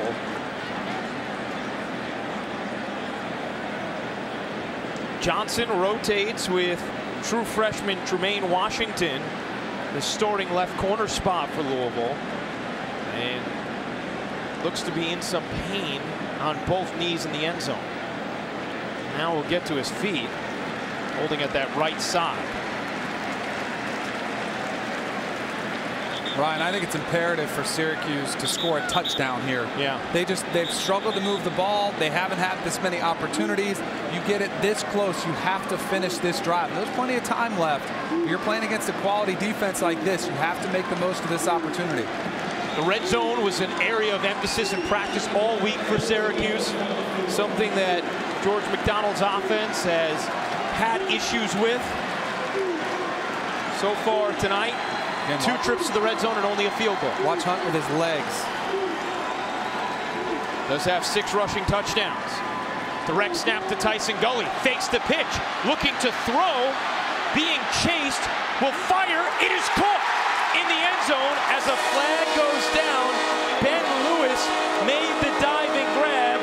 We will check the flag that's down at about the 2. I think it's going to be offensive lineman downfield. With an ineligible receiver downfield, number 57. That's a 5-yard penalty.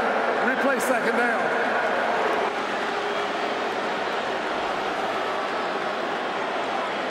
All right, let's bring in Doug Rhodes, our ACC coordinator of football officials. Doug, what do you see here? Well, you'll see as the play kind of breaks down, you see the lineman drift downfield. There he goes. He gets down into the end zone. We'll allow him up to 3, but he's all the way in the end zone. He tries to get back late. Yeah, but that doesn't count. You can't get back in the theater once you're out. Maury Palmer getting the start at right tackle tonight for the injured Ivan Foy. And so now 2nd and goal from the 9 for Hunt. Under pressure, bumps into his own man. Flag flies. Hunt ripped to the ground by Sample. We'll check the flag.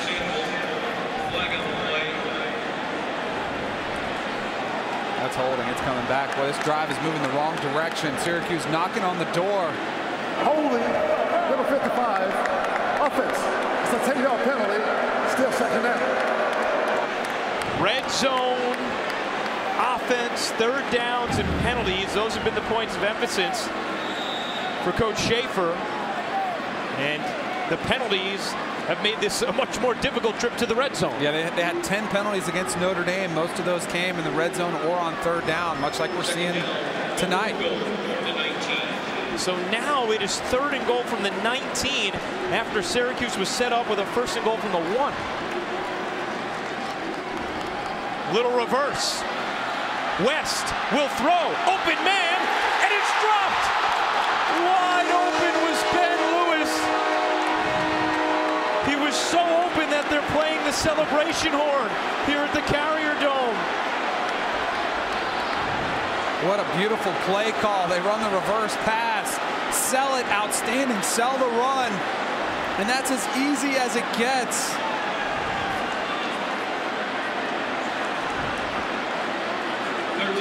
Did Lewis look up at Tremaine Washington closing in? I don't know what he was looking at, but that's one he will not sleep well tonight, thinking about that missed opportunity. You feel so bad for that young man. Who made the big play to get Syracuse down to the 2. Here's Hunt with time. Fires, caught at the 6 by West. And it'll be 4th down from the 6-yard line. And the crowd can boo, but Scott Schaefer does not have a choice. No, it's a 4th and a long way to go. You've got to get points out of this drive. I said they needed a touchdown, which they did, but because of the turn of events, finding themselves all the way back, got to get points on this drive. This is a field goal from 23 yards. He's already made. Cole Murphy, that is, from 21.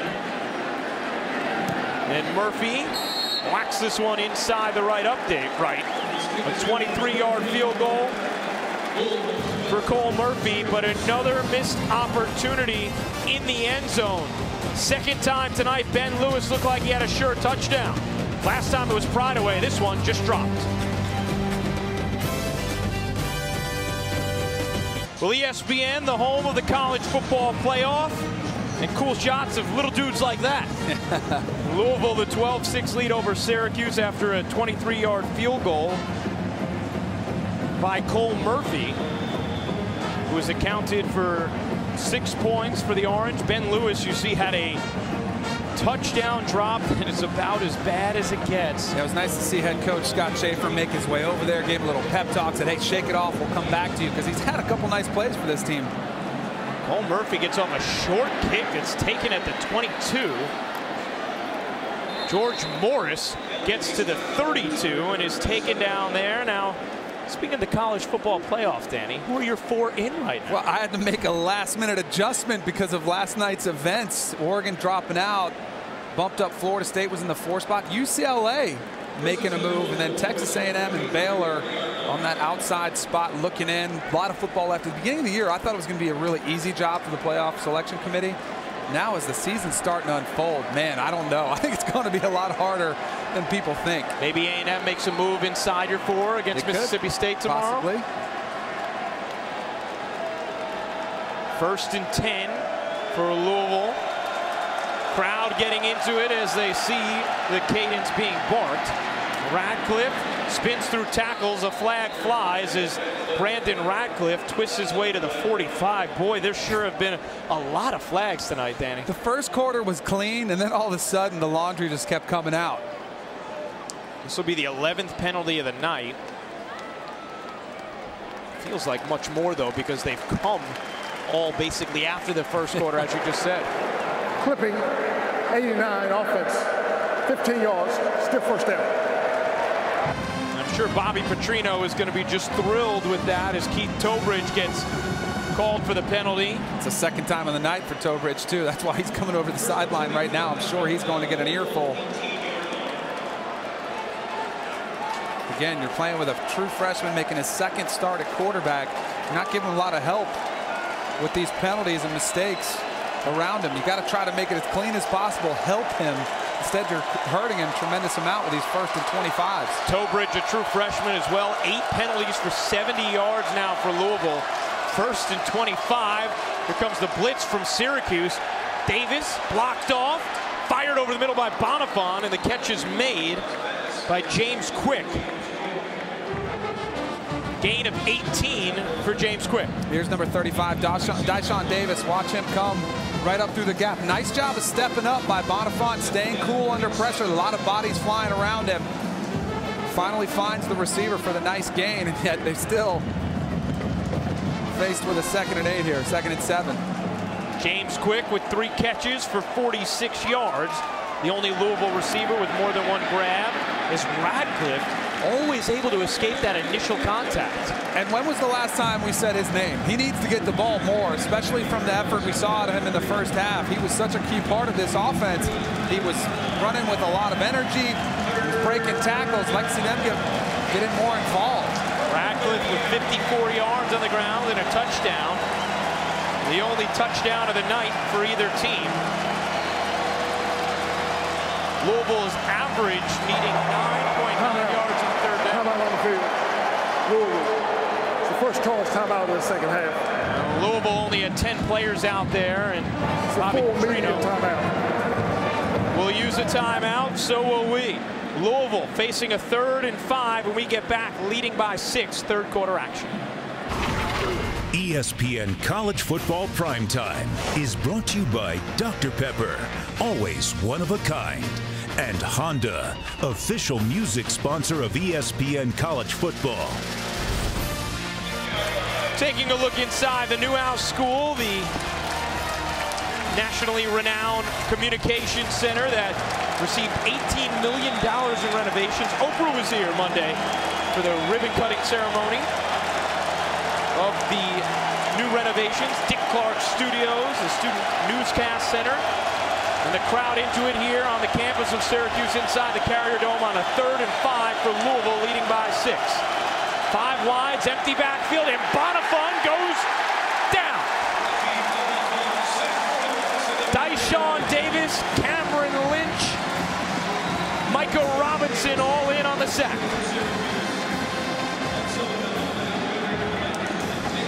Boy, watch the pressure. A couple linebackers. A lot of times you'll see automatic blitz situations. You'll see these guys crisscross the 2 backers, and the one that comes open, Cameron Lynch. That's really tough to pick up, and a lot of teams automatically go to that when you have an empty backfield. And as a quarterback, you've got to know where to throw the ball quickly. Punt away from Johnson. Here's Prince Tyson Gully. Had a good return last time. Multiple flags fly. And Tyson Gully is going to do this workout for no reason. A punt of 46 yards. We will check the 2 flags, which flew in immediately.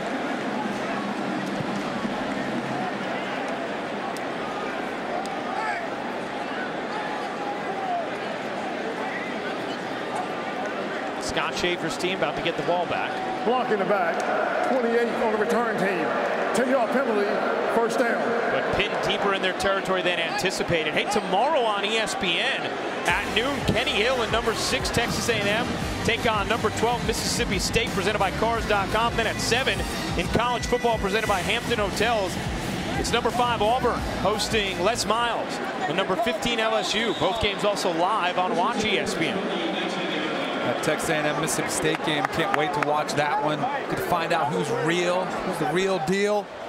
Mississippi State had that impressive win against LSU. Dak Prescott making a run for the Heisman Trophy. But Texas A&M, they got a lot of weapons. A 1st and 10 for Syracuse. Amin Moore trying to shred tacklers. He can't. Let's take a look at the SEC West standings, Danny. It's pretty impressive. It's really impressive. Look at all those zeros in the overall loss column right there. But now they're going to start knocking each other off, and they're going to start mounting L's against each other. And this is where you'll see the teams start to separate. When you look at this slate of games tomorrow, so many matchups between top 25 teams because of exactly what you're talking about. Now you're going to start playing each other in conferences like the SEC. Downfield too long for Jared West. Terrell Hunt looking to hook up with him, and it's 3rd and 12. 109 of Syracuse's 202 total yards tonight have come on 3 plays. And one of them was a Hail Mary before the half. 48-yard pass to Lewis that set up the last field goal. As you see Hunt getting the calls from the sideline. Isaiah Thomas was highlighting the middle of that board. 5 wides, empty backfield for Terrell Hunt. Has time, dumps one over the middle, and it's knocked away by James Sample. Crowd wanted a flag, they won't get one. Crowd wants it, but James Sample was just outstanding in coverage on Jared West. Watch the coverage, and he uses that back right hand perfectly, times it perfectly, doesn't drape on the receiver, times it. It's like a basketball player just coming to deflect that. Sample already with an interception tonight as well. Quick and Rogers back deep. It'll be Quick camping under with a fair catch. A little changing of the hands at the last minute. Palms up, then palms down. Nonetheless, Quick calls it in. A punt to 46. Louisville with the 6-point lead. And the true freshman, Reggie Bonifant, getting the ball back. True freshman quarterback, Reggie Bonifant, trying to find some rhythm for a Cardinals offense that has really struggled. Last 5 possessions, 1 total yard, Danny. To the flat for Quick. What a tackle. Brandon Reddish.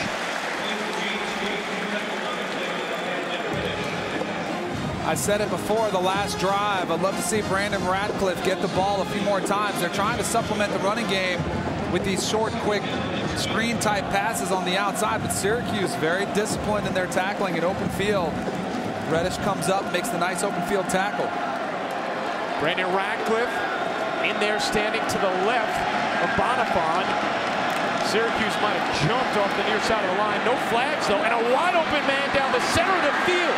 Getting loose is Matt Milton, who works his way inside the 25-yard line. Matt Milton on the outside. He's going to work his way a little scissors route. 2 receivers crossover. Meets Matt Milton. Big physical target, 6'5", 208 pounds, and that's got to be a huge boost for this Louisville offense, which you just mentioned, Ryan, had struggled so much to get that big play. Just kind of fight their way out of that slump they had fallen into. Robert Welsh jumped off sides. The flag declined by Louisville after the gain of 45. Here's Radcliffe. Dyshawn Davis pounds him to the ground.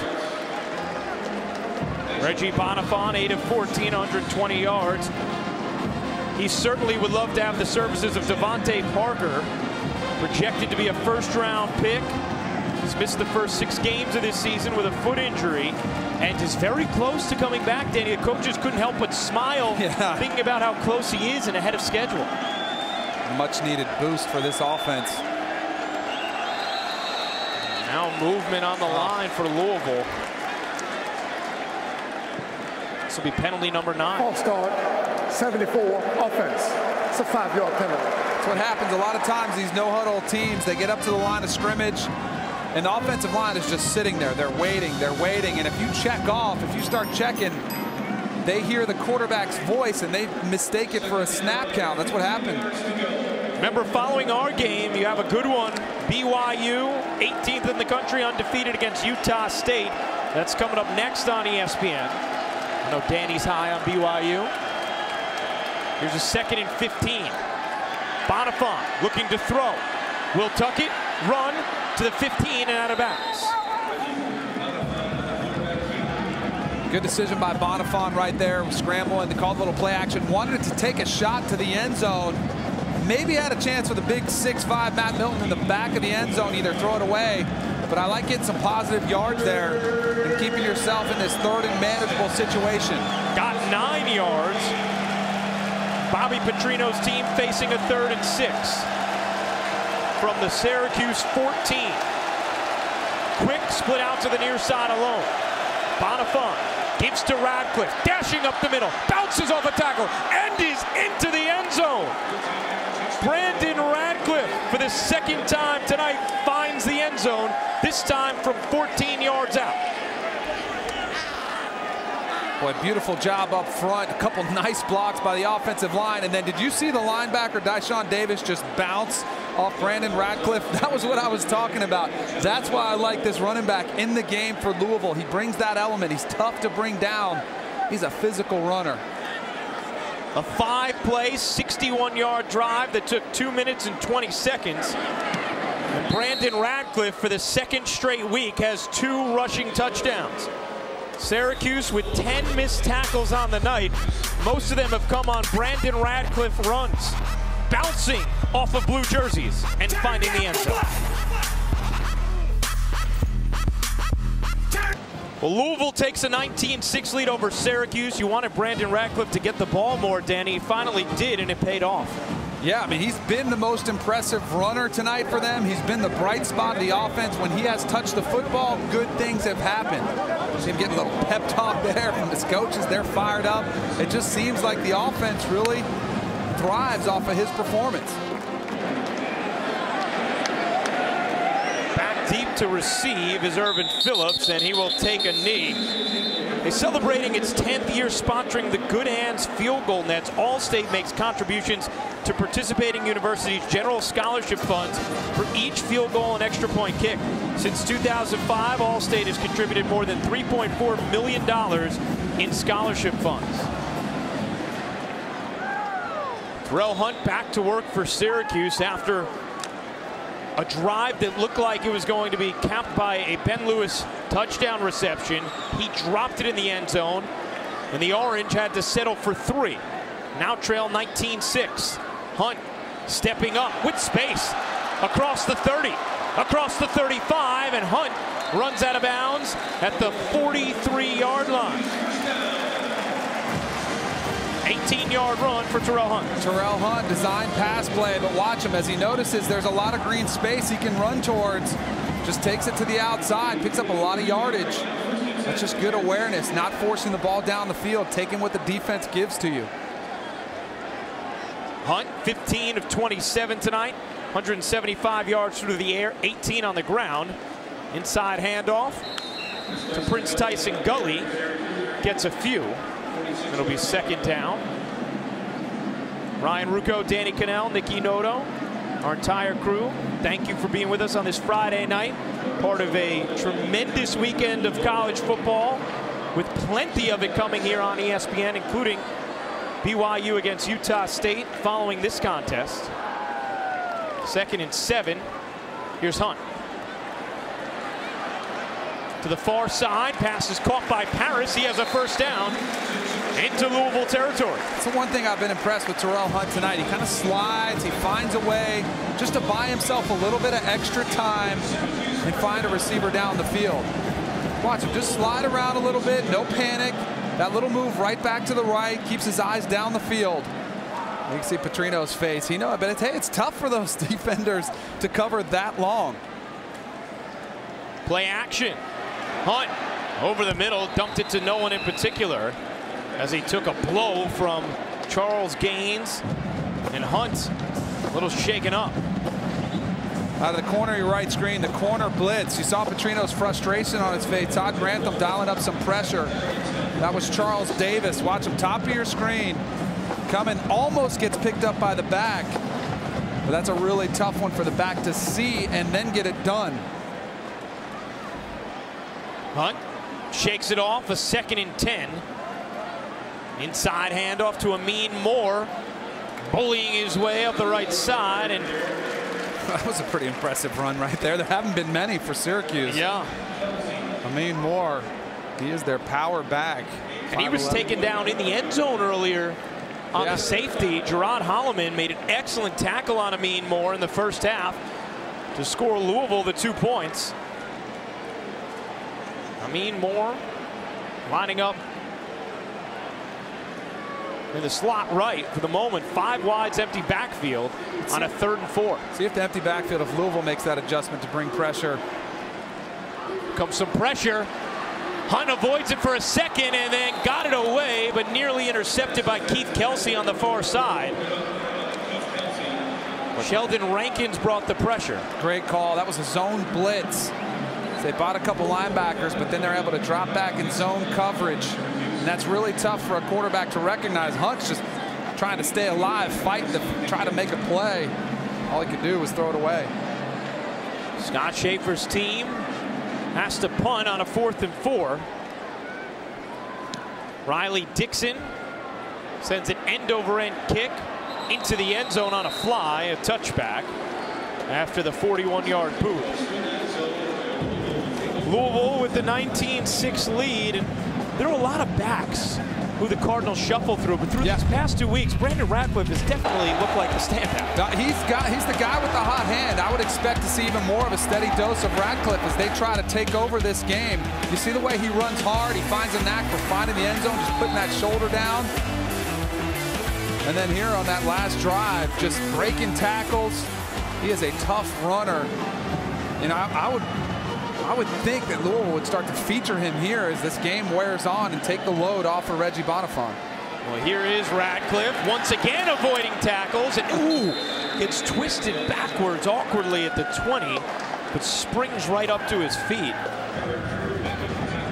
Yeah, that was nasty. Now Syracuse is trying to bottle up this run game, so they're going to have to start bringing more bodies, but that will present some opportunities down the field.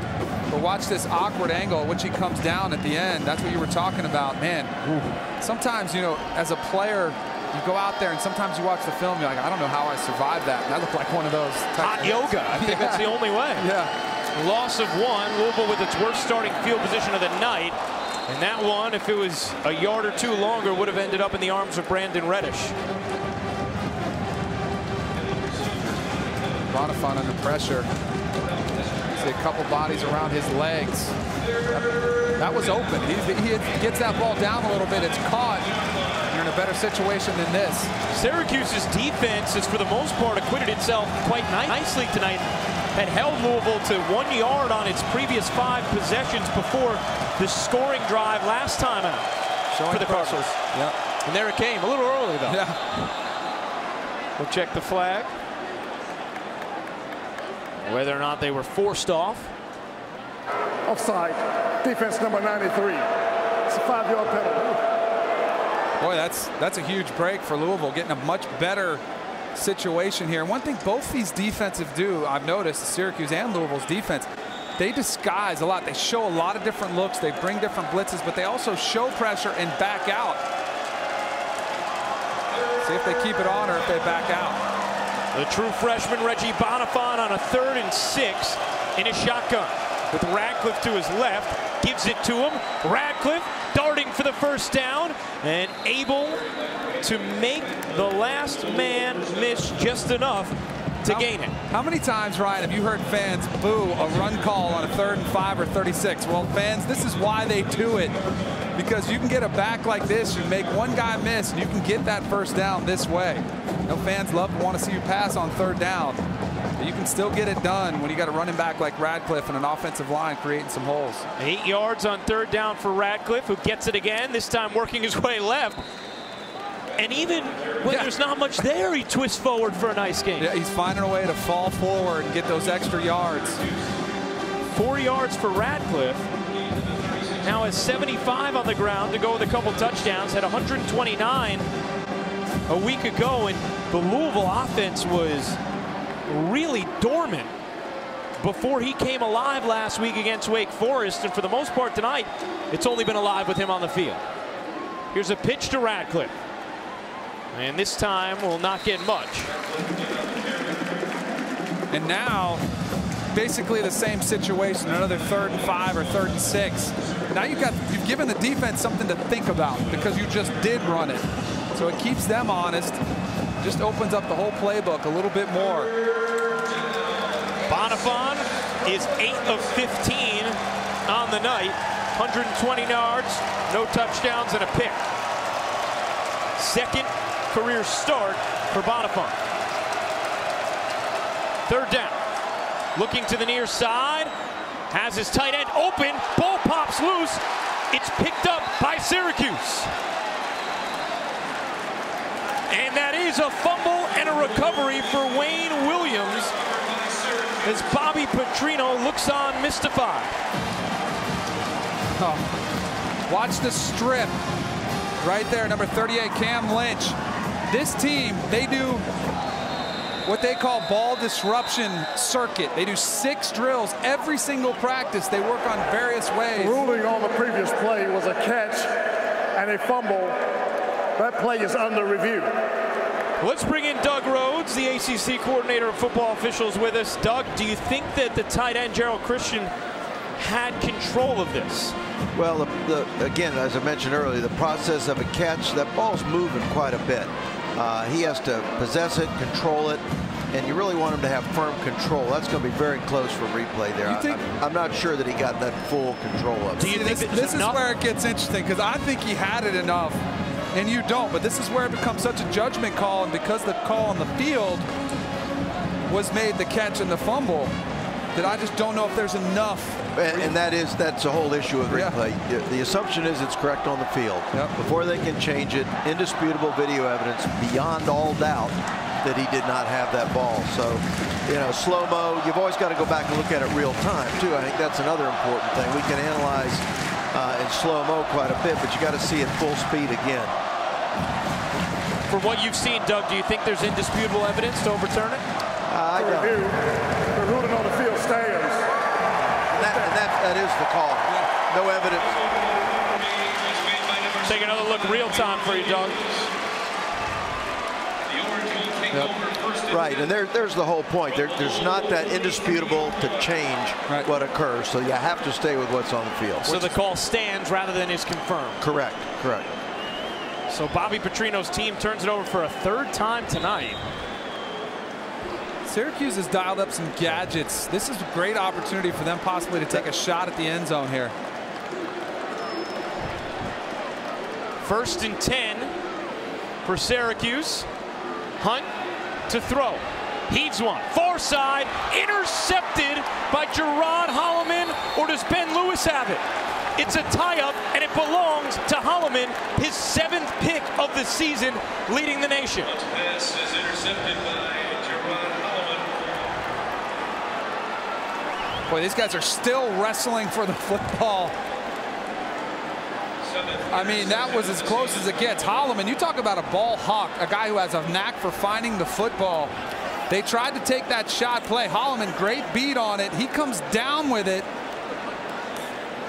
And then you saw Lewis just fighting for it, trying to regain position to get it back from him. He's down.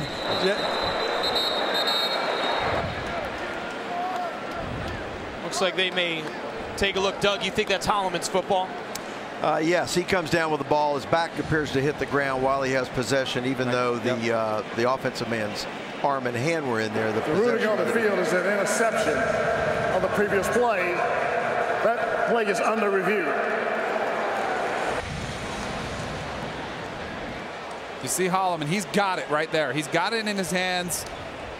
And then as Doug was just telling us, comes down on his back right there. So he's down. And then the wrestling match, you know, the tug of war, so to speak, starts to take place. After review, the ruling on the field stands. So back-to-back plays resulting in turnovers. First, Louisville gives it up, and then Holloman takes it back. 7 interceptions for Holloman, leading the nation. When we talked with Todd Grantham, Louisville's defensive coordinator, about it, he just said Holloman has such a great knack for anticipating routes, for reading formations, and that's what's led him to the success he's had thus far this year. That, you saw the hands, and that was just an outstanding catch. And for Syracuse, as was a theme last week, the defense forcing turnovers, giving Coach Schaefer's offense a chance, and the offense not doing anything with it. Yeah, that's got to be frustrating for Scott Schaefer as he looks on. They definitely have had their issues. 5 turnovers forced versus Notre Dame. They had the pick 6. That was the only one they got any points off of. And the fourth quarter will wind to a close here at the Carrier Dome. Jerron Holloman's interception steering Louisville away from precarious Syracuse field position, and it's a 13-point Cardinal lead as they head to the fourth quarter. Louisville trying to get some revenge for the big loss they suffered here 2 years ago. They're on track to do that. Fourth quarter action coming up next from Cuse. Jerron Holloman's interception has safely guided Louisville into the start of the fourth quarter. Louisville leading this game 19-6. And facing a 2nd and 6 from their own 39. Dominic Brown goes sprinting up the middle. Dives ahead with a first down. Gain of 7 for Brown. Nice little mix up there. We've seen Ratcliffe get the ball so many times. You throw Brown in there in the backfield with him together. Give him the ball while Syracuse is looking for Ratcliffe. One of these times you're going to set up an opportunity for a big play because they've establishing the run here. Take a shot down the field. Brown and Ratcliffe back there. The pitch to Ratcliffe, trying to hop his way on the near side and doesn't get anything. By the way, Ryan, somebody just tweeted a picture to me. We were talking about Ratcliffe, what a strong runner he is. Tweeted me a picture of him doing squats with about 7 plates on each side, 45-pound weights, 14 total, at close to 700 pounds. It's unbelievable. Are you sure he didn't just Photoshop Ratcliffe in for you? Possibly, yeah, possibly. Because Ratcliffe, you wouldn't think he'd be the kind of guy who would break through tackles the way he has tonight, but it's been absurd. 85 yards for Ratcliffe, and now a fumble. A little problem with the exchange, which we saw a couple of fumbles on exchanges last week from Reggie Bonifant, both that were recovered by Wake Forest. I don't know why he was under center. I mean, they do so much in the shotgun. They also do a lot of under center work, but just a mishandled exchange there. 3rd down and 10 for Louisville. Quick alone to the near side. Here's Bonifant looking for Quick, just a little too tall, incomplete. And Louisville will be forced to punt. Julian Wiggum and Richie Desir on the coverage. I like Reggie Bonifant. I like his poise. He just needs to complete those balls, those opportunities to convert on that 3rd down. The play was there, just overthrew the receiver. Prince Tyson Gully waits at his 18 for the punt. He'll have a chance to return. Tyson Gully gets spun to the ground after a gain of a yard by Lorenzo Malden. And that's where Syracuse will take over. Trailing by 13, fourth quarter action. All right, Chris, will we take a look at the upcoming schedule? Next week at UCF, Boise State a couple weeks after that. Danny, do you see a team that can run the table? Oh, absolutely. BYU will run the table. The one hiccup potentially is at Cal. Cal all of a sudden is playing much better football. They've got a lot of firepower. Taysom Hill will be in New York for the Heisman. He is a special quarterback. He is the reason, if he stays healthy, they will be undefeated. Unfortunately, I don't think it'll be enough to put them in the college football playoff. No, their schedule's not quite there. They're close, but just not enough firepower against them. Here's Amin Moore pulling his way up the middle and then took a shot. Whoa.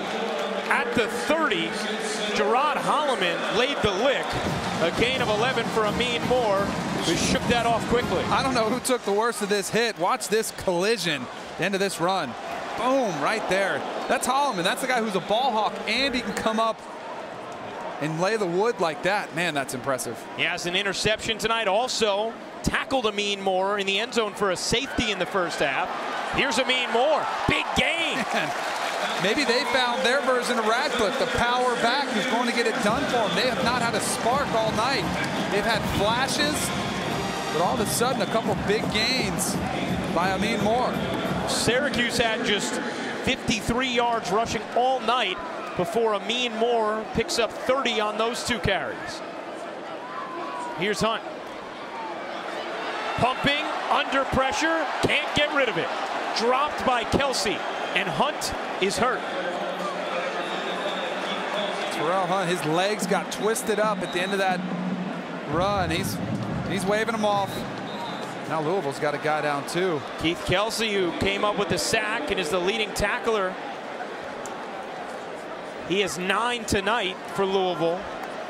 4 sacks on the year now for Kelsey, and now Hunt is going to get attended to as well. He's back down, and he probably could have walked off the field. They want to give an opportunity to the backup to get some snaps. We'll step aside a moment. Hunt taken down by Kelsey right here, and both of them nicked up. More from Pennsylvania will take over for Terrell Hunt, who rolled his ankle on that last play. Hunt up walking around. Keith Kelsey went off for Louisville as well, their leading tackler, being attended to on the far sideline. So a costly play for both teams. Here's Wilson trying to work his way out of traffic and throws to the near side, incomplete. Let's go back to that injury again, Danny. Yeah, watch the ankle right in there. You'll see it get rolled up, and that's just nasty right there. But again, we talked about it before. Sometimes you get your body put in these crazy positions. You don't know how you make it back, but Terrell Hunt is back on the field right now. You see Keith Kelsey behind the bodies being looked at by Louisville's medical staff. Meanwhile, Terrell Hunt is back into the game for Syracuse and facing a 3rd and 20. Probably had an opportunity to throw that ball away on the play. He was sacked and hurt. Here's Hunt under pressure, dropped by Paris. Well, Lorenzo Malden, watch the pass rush, just bull rushes the right tackle. And that's where Hunt, you can tell he's a little bit gimpy on that leg. Wasn't able to step up in the pocket. And Scott Schaefer's offense once again unable to get anything going. James Quick will step up and watch it hop.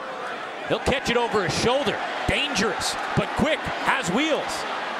Then a few moves across the 25 for James Quick. Return of 14 after a punt of 46. Hey, tomorrow, Amir Abdullah leads the Cornhuskers rush attack against the Spartans. Saturday Night Football presented by Wells Fargo. Number 19 Nebraska taking on number 10 Michigan State tomorrow at 8 Eastern, 5 Pacific on ABC. A few other players you'll see tomorrow night on prime time on ESPN. Nick Marshall in action, 7 Eastern. Brett Hundley after that on ESPN. Sneaky good game, that late game with Hundley, especially after what they did last Thursday against Arizona State, dropping 62 points. Here's Radcliffe, has space on the near side. Sprinting across the 40 to the 44-yard line. And Brandon Radcliffe picks up a Louisville first down, a gain of 17. Well, you see Radcliffe just finds a hole, and then the burst. I mean, he showcased a lot of different phases to his game. Picked up a nice block from his fullback, Lamar Atkins. But he's got the power, he's got the speed. I'm really impressed with him. And for the second straight week, he's over 100 yards, now at 103 on the night.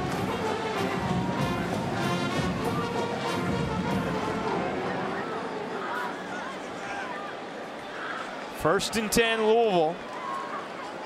Play action. Bonifant has it batted down at the line. I would never second guess Bobby Petrino's play calling. He's an exceptional play caller, one of the best there is in the business.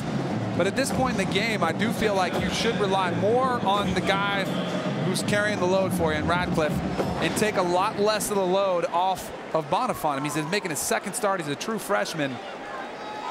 And you see the numbers from Bonifant, who's been rattling him off at 5 yards a clip, running through tackles. Robert Welsh was the Syracuse defenseman who got his paws on the throw. Here's Radcliffe, whacked from behind. I mean, even when it's not technically a good play, he's still getting 5 yards. Setting up a more manageable third down. Bobby Petrino barking out a call on 3rd and 6. Talking about his offense. He has been totally comfortable saying, yeah, we are not where we need to be. And tonight, for the most part, Syracuse's defense has held up nicely against Louisville. It's Radcliffe who's really been the only Cardinal to get things going. Here's Bonifant setting up a screen. Radcliffe out of the backfield, gets a block with space, slips the tackle, still going inside the 25-yard line. Ball popped loose at the end of the play. And the officials will whistle him down after a gain of 29 yards and add 2 more missed tackles from the elusive Radcliffe. Let's see at the end of that run. Got the ball knee down, then the ball spits out. That's down. Do you remember, Ryan, there was a play in the first quarter of Bonifant, almost virtually the same exact play where he overthrew the guy out of bounds, had a nice game. That shows you he's growing up, he's maturing, and he's making the play, giving his guy an opportunity to catch and run with it. Here's Radcliffe up the middle. Gets nudged past the 20 to the 19. Gain of 3. Now Radcliffe had a big play in the receiving game last week for Louisville as well. You could see him getting the touches. Coaching staff so thrilled with what he's been able to do after seeing just how hard he plays in practice, and he has many more yards on the ground himself than Syracuse has as a team tonight. Career high 23 attempts for Radcliffe. This time it's Bonifant. Has a man, Rogers at the 7, and twists his way inside the 5. Eli Rogers on the reception. His second of the night. Beautiful job. Watch the little bounce route by Eli Rogers. Just going to head out to the flat route. Kind of just sit on the sideline. Find a little window right there. And good recognition by Bonifant, whose confidence is growing throughout this game. As you're watching him get more confidence, he's becoming more accurate, making better decisions with the football. I mean, football as a quarterback, a lot of it's getting experience. That's the only way you can learn, by your mistakes. Dominique Brown into the game at tailback, and a timeout taken. Louisville takes the timeout after the 15-yard reception by Rogers set up 1st and goal. We will step aside as well. Bobby Petrino's team trying to make this a 3-possession Cardinals lead. All right, Chris, well, not much to cheer about for Syracuse here tonight as Louisville looks going for another score. Dominique Brown gets no gain on the 1st and goal. So BYU, Utah State coming up, Danny. You've already told us you think they'll run the table, but will be left outside of the 4 that would play in the championship playoffs. So will they be playing on New Year's at least? It's part of the New Year's 6. Yeah. I think they should, but I think they could be the odd man looking out. As messed up as it is, as messed up as it sounds, there are a lot of tie-ins, and they're not part of it. So they could be on the outside looking in. It's one of those tough situations when you see it, how well they're playing. I feel like they deserve that opportunity. Play action to the end zone. Bonifant finds his tight end in the back of it for the touchdown. Gerald Christian on the TD grab. Boy, how about this throw by Bonifant? That is covered as good as it gets. There is no defense for a perfectly thrown ball right there. That's a perfect example of that. And that will send many here at the Carrier Dome to the exits. Gerald Christian with his 3rd touchdown grab. 7th career. A 7-play, 69-yard drive that took 3 minutes and 43 seconds and puts the Cardinals up 20. Louisville finding a little offensive rhythm in this second half. They've built a 3-score lead over the home team Cuse. Reggie Bonifant connects with his tight end Gerald Christian on a touchdown pass that gives Louisville a 26-6 lead over Syracuse in this 4th quarter. John Wallace kicks it away. Irvin Phillips will take it from his 3 and get just pummeled. Whoa! Ferocious hit. Woo! Stacey Thomas, number 32, just came in there and absolutely crushed him. Look at the sound of that. And this has been a physical, hard-fought game by both of these teams. But ultimately, I think Syracuse is going to leave this place with feeling like they missed out on a lot of opportunities. Terrell Hunt in the game after missing 1 play last series with a rolled ankle, as Prince Tyson Gully to his left. Hunt, quick drop, connection with Jared West for a 1st down, gain of 13. Syracuse trying to play with that tempo, Danny. I mean, they have to. They have to play with a sense of urgency. Get up there. 4 wides, 3 of them to the right. Hunt under pressure, just dumps it into the dirt, and that's a live ball. It's being treated as a live ball, at least. Syracuse dives on it. There's a flag down with Hunt rolling around in pain. It's going to be now getting to his feet. It's going to be intentional grounding. There was no one around. He wasn't outside of the pocket. Did not look like a fumble, though. No, I don't think it was. I think it was an intentional grounding call. I think that should have been whistled dead. Doug, did you see a fumble on that? That looked like intentional grounding, right? Should have been whistled dead. No, I had grounding on that. The referee threw his flag for the grounding. There was no eligible receiver in the area. He was still in the box. Here's a look at Hunt in the pocket as he's scrambling out. Yeah. The hand comes forward with the ball in it. The whistle never blew, though, so a scrum ensued for the football. Of intentional grounding at the spot. So loss of down. 2nd down. 6th time tonight, Louisville's applied pressure on Hunt, who's getting banged up now, Danny. Yeah, I think you're going to see Austin Wilson, the backup, come in the game. Number 5 is Terrell Hunt hobbling off, and he's taking some shots tonight. You let that play go. Please put the time to 7:16. 7:16. Thank you. Put time back on the clock, the 4 seconds in which the scrum ensued. Terrell Hunt was already dealing with some issues in the lower leg area last week against Notre Dame. And now he has to be helped towards the locker room for the Orange, who will send out Austin Wilson, who was in for a play last series through an incompletion. A sophomore out of Camp Hill, Pennsylvania. Rolling to his right, just fires one into the turf. They're trying to give him a confidence booster, trying to give him a nice, easy screen pass. Louisville sniffed it out early. Nowhere to go with the football. But this is an opportunity for Austin Wilson to gain some experience, against one of the better defenses. And like we were saying with Bonifant, the only way you can learn is by getting game experience. Offensive coordinator George McDonald likes the arm of Wilson. Says he is a natural passer. Here he faces a 3rd and 25.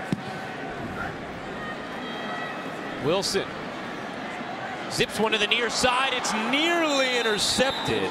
Charles Gaines had his hands on it. Ben Lewis, the intended target, and George McDonald just left looking on. His offense with no answers tonight for that Louisville D.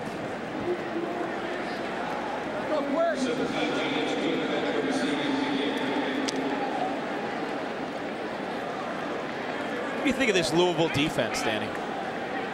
We've been talking about them a lot tonight. They're special. They really are. 3rd in the nation in total D. They've held Syracuse to 6 points. Hey, tomorrow on ESPN. Terrific day. 2 critical SEC West showdowns at noon. Kenny Hill and number 6 Texas A&M take on number 12 Mississippi State, presented by Cars.com. Then at 7 in college football, presented by Hampton Hotels, it's Nick Marshall and number 5 Auburn against number 15 LSU. Both games also live on Watch ESPN. Lorenzo Malden has put in a hard day's work for this Louisville D. Now, he's been impressive. He can get after the passer. You've got Gerard Holloman leading the country in interceptions. He gets another one for his 7th. Charles Gaines has been impressive on the outside. Here's Dominique Brown scurrying his way for a few into Syracuse territory. And this offense has struggled. I mean, they've had a nice, they've kind of got it going on the ground with Radcliffe, and they're starting to establish themselves. But you got to think, Bobby Petrino's offense is not just, you're not going to pick it up and go out there and just like a video game have success. So as they get more comfortable with this offense, if the defense can carry them through those growing pains, before they get to some of the tougher part of their schedule, which is coming up soon, then they can definitely be a force. They lost to a good Virginia team too. I don't think a lot of people realize that Virginia's good. Here's Brown, knocked to the turf for true freshman Reggie Bonifant, making his 2nd career start, and he's already dealt with emotional loss this year, Nikki. That's right, you guys. When he found out he was going to be the starting quarterback, it was actually at his dad's funeral 2 weeks ago. Reggie told me that his dad was his best friend, a Louisville native. They grew up going to Cardinals games together.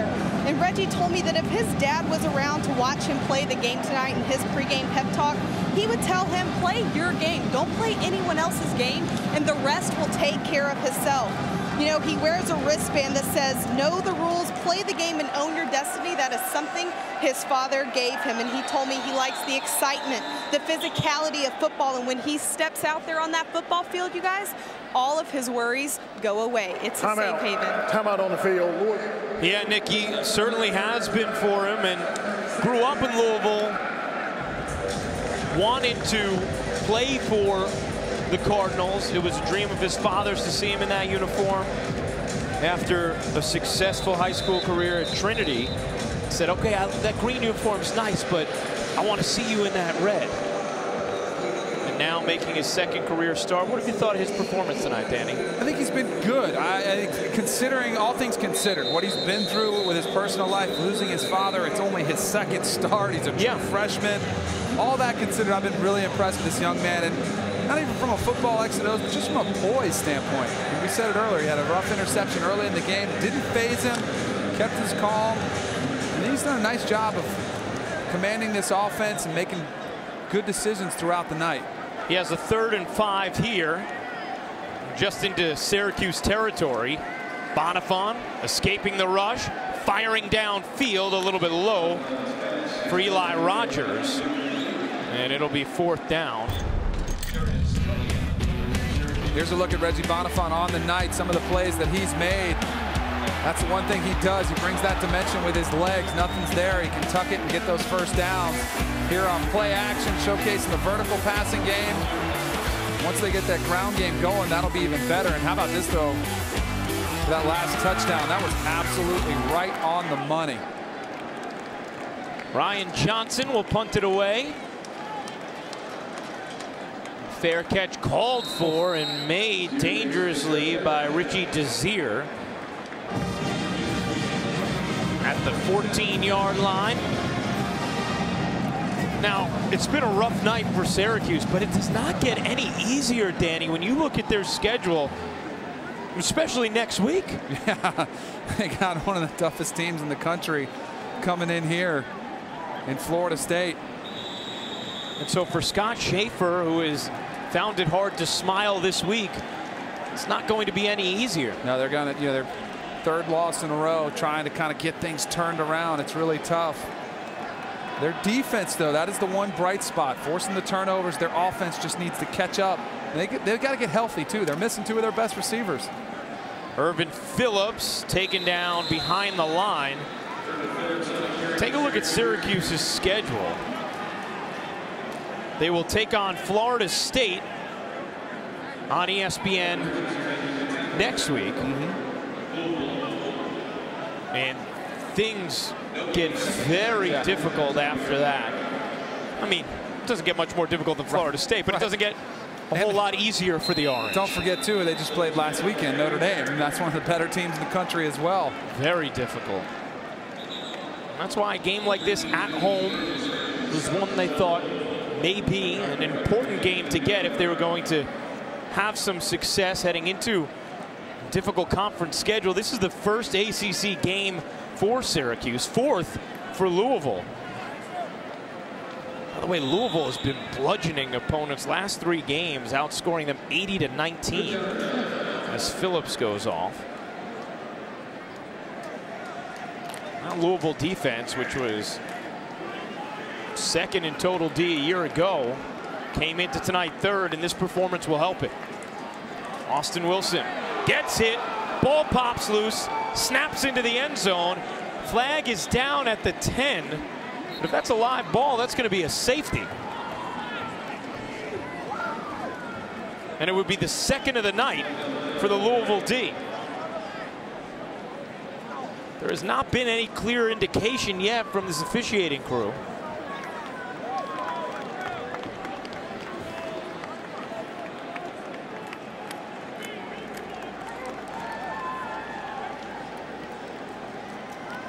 Holding on the play, the ruling on the field is a backwards pass that went back to the end zone for a safety. So the second safety of the night, Danny. It's been this time. That's pretty much the night in one play for Syracuse. Just can't get anything to go well. And Louisville just getting after it. Doug, that the right call? Yes, it is. The impetus to put the ball in the end zone came from the offense, backward pass, and when it goes out of bounds in the end zone, in that case, it's a safety. Doug Rhodes joining us in the booth, the ACC coordinator of football officials. You thought you were going to have the night off, huh, Doug? We've had to use you a lot tonight with these calls. I have not dozed off once. Scott Schaefer's team sends 2 more points Louisville's way. Second safety of the night for the Cardinals, and now a 28-6 lead for Louisville. Bobby Petrino, who seemed very pleased with the defense, wasn't afraid to express that with us yesterday. Right, he better be. Yeah. That's something he's not used to. He's not used to having a defense that plays that well. He's got to be thrilled. He's got a really nasty unit on that side of the ball as his offense struggles. When we talked to Todd Grantham about the attitude of the group, he just said they get after it. They have excellent work ethic. Everything we went over with them in the spring, they have translated from the summer to the fall. And the results have shown as Quick bounces off of one tackle, trying to reverse field. Can he get the angle? Makes 2 men miss and slithers to the 45. You know, several times throughout the evening, Danny, we've talked about the huge day tomorrow for the SEC West. Yeah, I cannot wait to find out about these teams. Texas A&M in Starkville against Mississippi State. Dak Prescott trying to really get in the mix of that Heisman race. If he could knock them off, boy, that would make a statement. Ole Miss and Bo Wallace trying to do the same thing with Alabama coming to town. Game day's going to be there. They have Katy Perry coming to town. It's going to be I'm very jealous of the guys. I know, me too. Here's Dominique Brown. Gets to midfield. Let's check into the studio with Chris Cotter.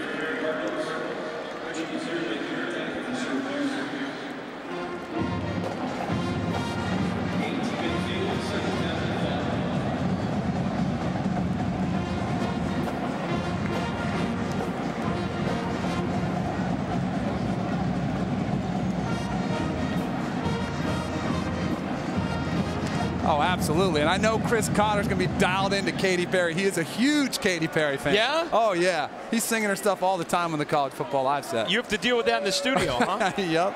Here's Brown fighting off a defender as a flag flies in. Corey Winfield on the tackle. Brown getting the first down. Now, does Chris have good pipes for singing? Or? Yeah, he's got some good pipes. Yeah. But I don't like him singing the Katy Perry, though. What's the number? Personal foul, face mask. I mean 11 on the defense. It's 15 yards, automatic, first down.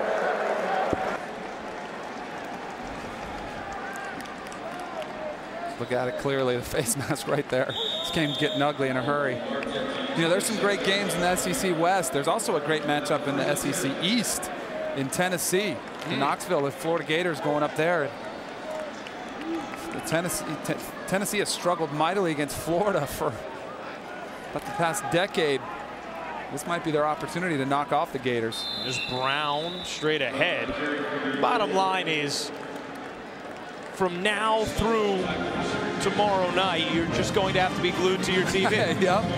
BYU, Utah State following our game here with BYU ranked 18th undefeated.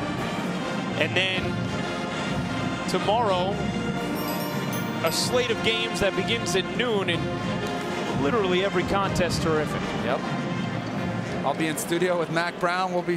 And John Saunders. We'll be sitting in front of those TVs all day long, loving it. Oh, you're there the full day? Oh, yeah. It's a big day for you, Danny. After working tonight, that's admirable. From noon all the way to the last game. I can't wait. I love it. Get a few hours of sleep tonight. That's all you need. That's right. Order some food in there for the boys. So sleep comes in the off season, not during football season.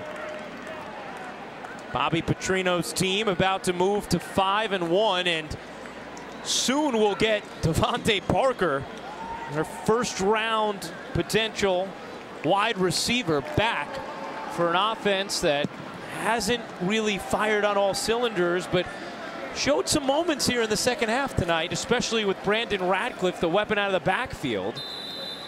Radcliffe with 110 yards on the ground for Louisville after 129 a week ago, and 2 more touchdowns for the running back. You have that weapon in the backfield as Devontae Parker gets ready, and you add him to the receiving game. And Bonifant gets a few more starts under him, or Will Gardner comes back, and maybe that offense starts looking a little bit more Bobby Petrino-ish. See the grand disparity in the rushing yards tonight. 44 yards on the ground for Syracuse, and this is a team that averages over 230. Take a look at Louisville's schedule, Danny. It's not easy, and at Clemson next week will be a difficult one. That's going to be a really interesting game. Deshaun Watson, they made the switch at quarterback for Clemson. He has been playing great. I think he's a superstar in the making. And this defense, which we've been raving about, they're going to get tested on the road. And also Clemson's front seven. Vic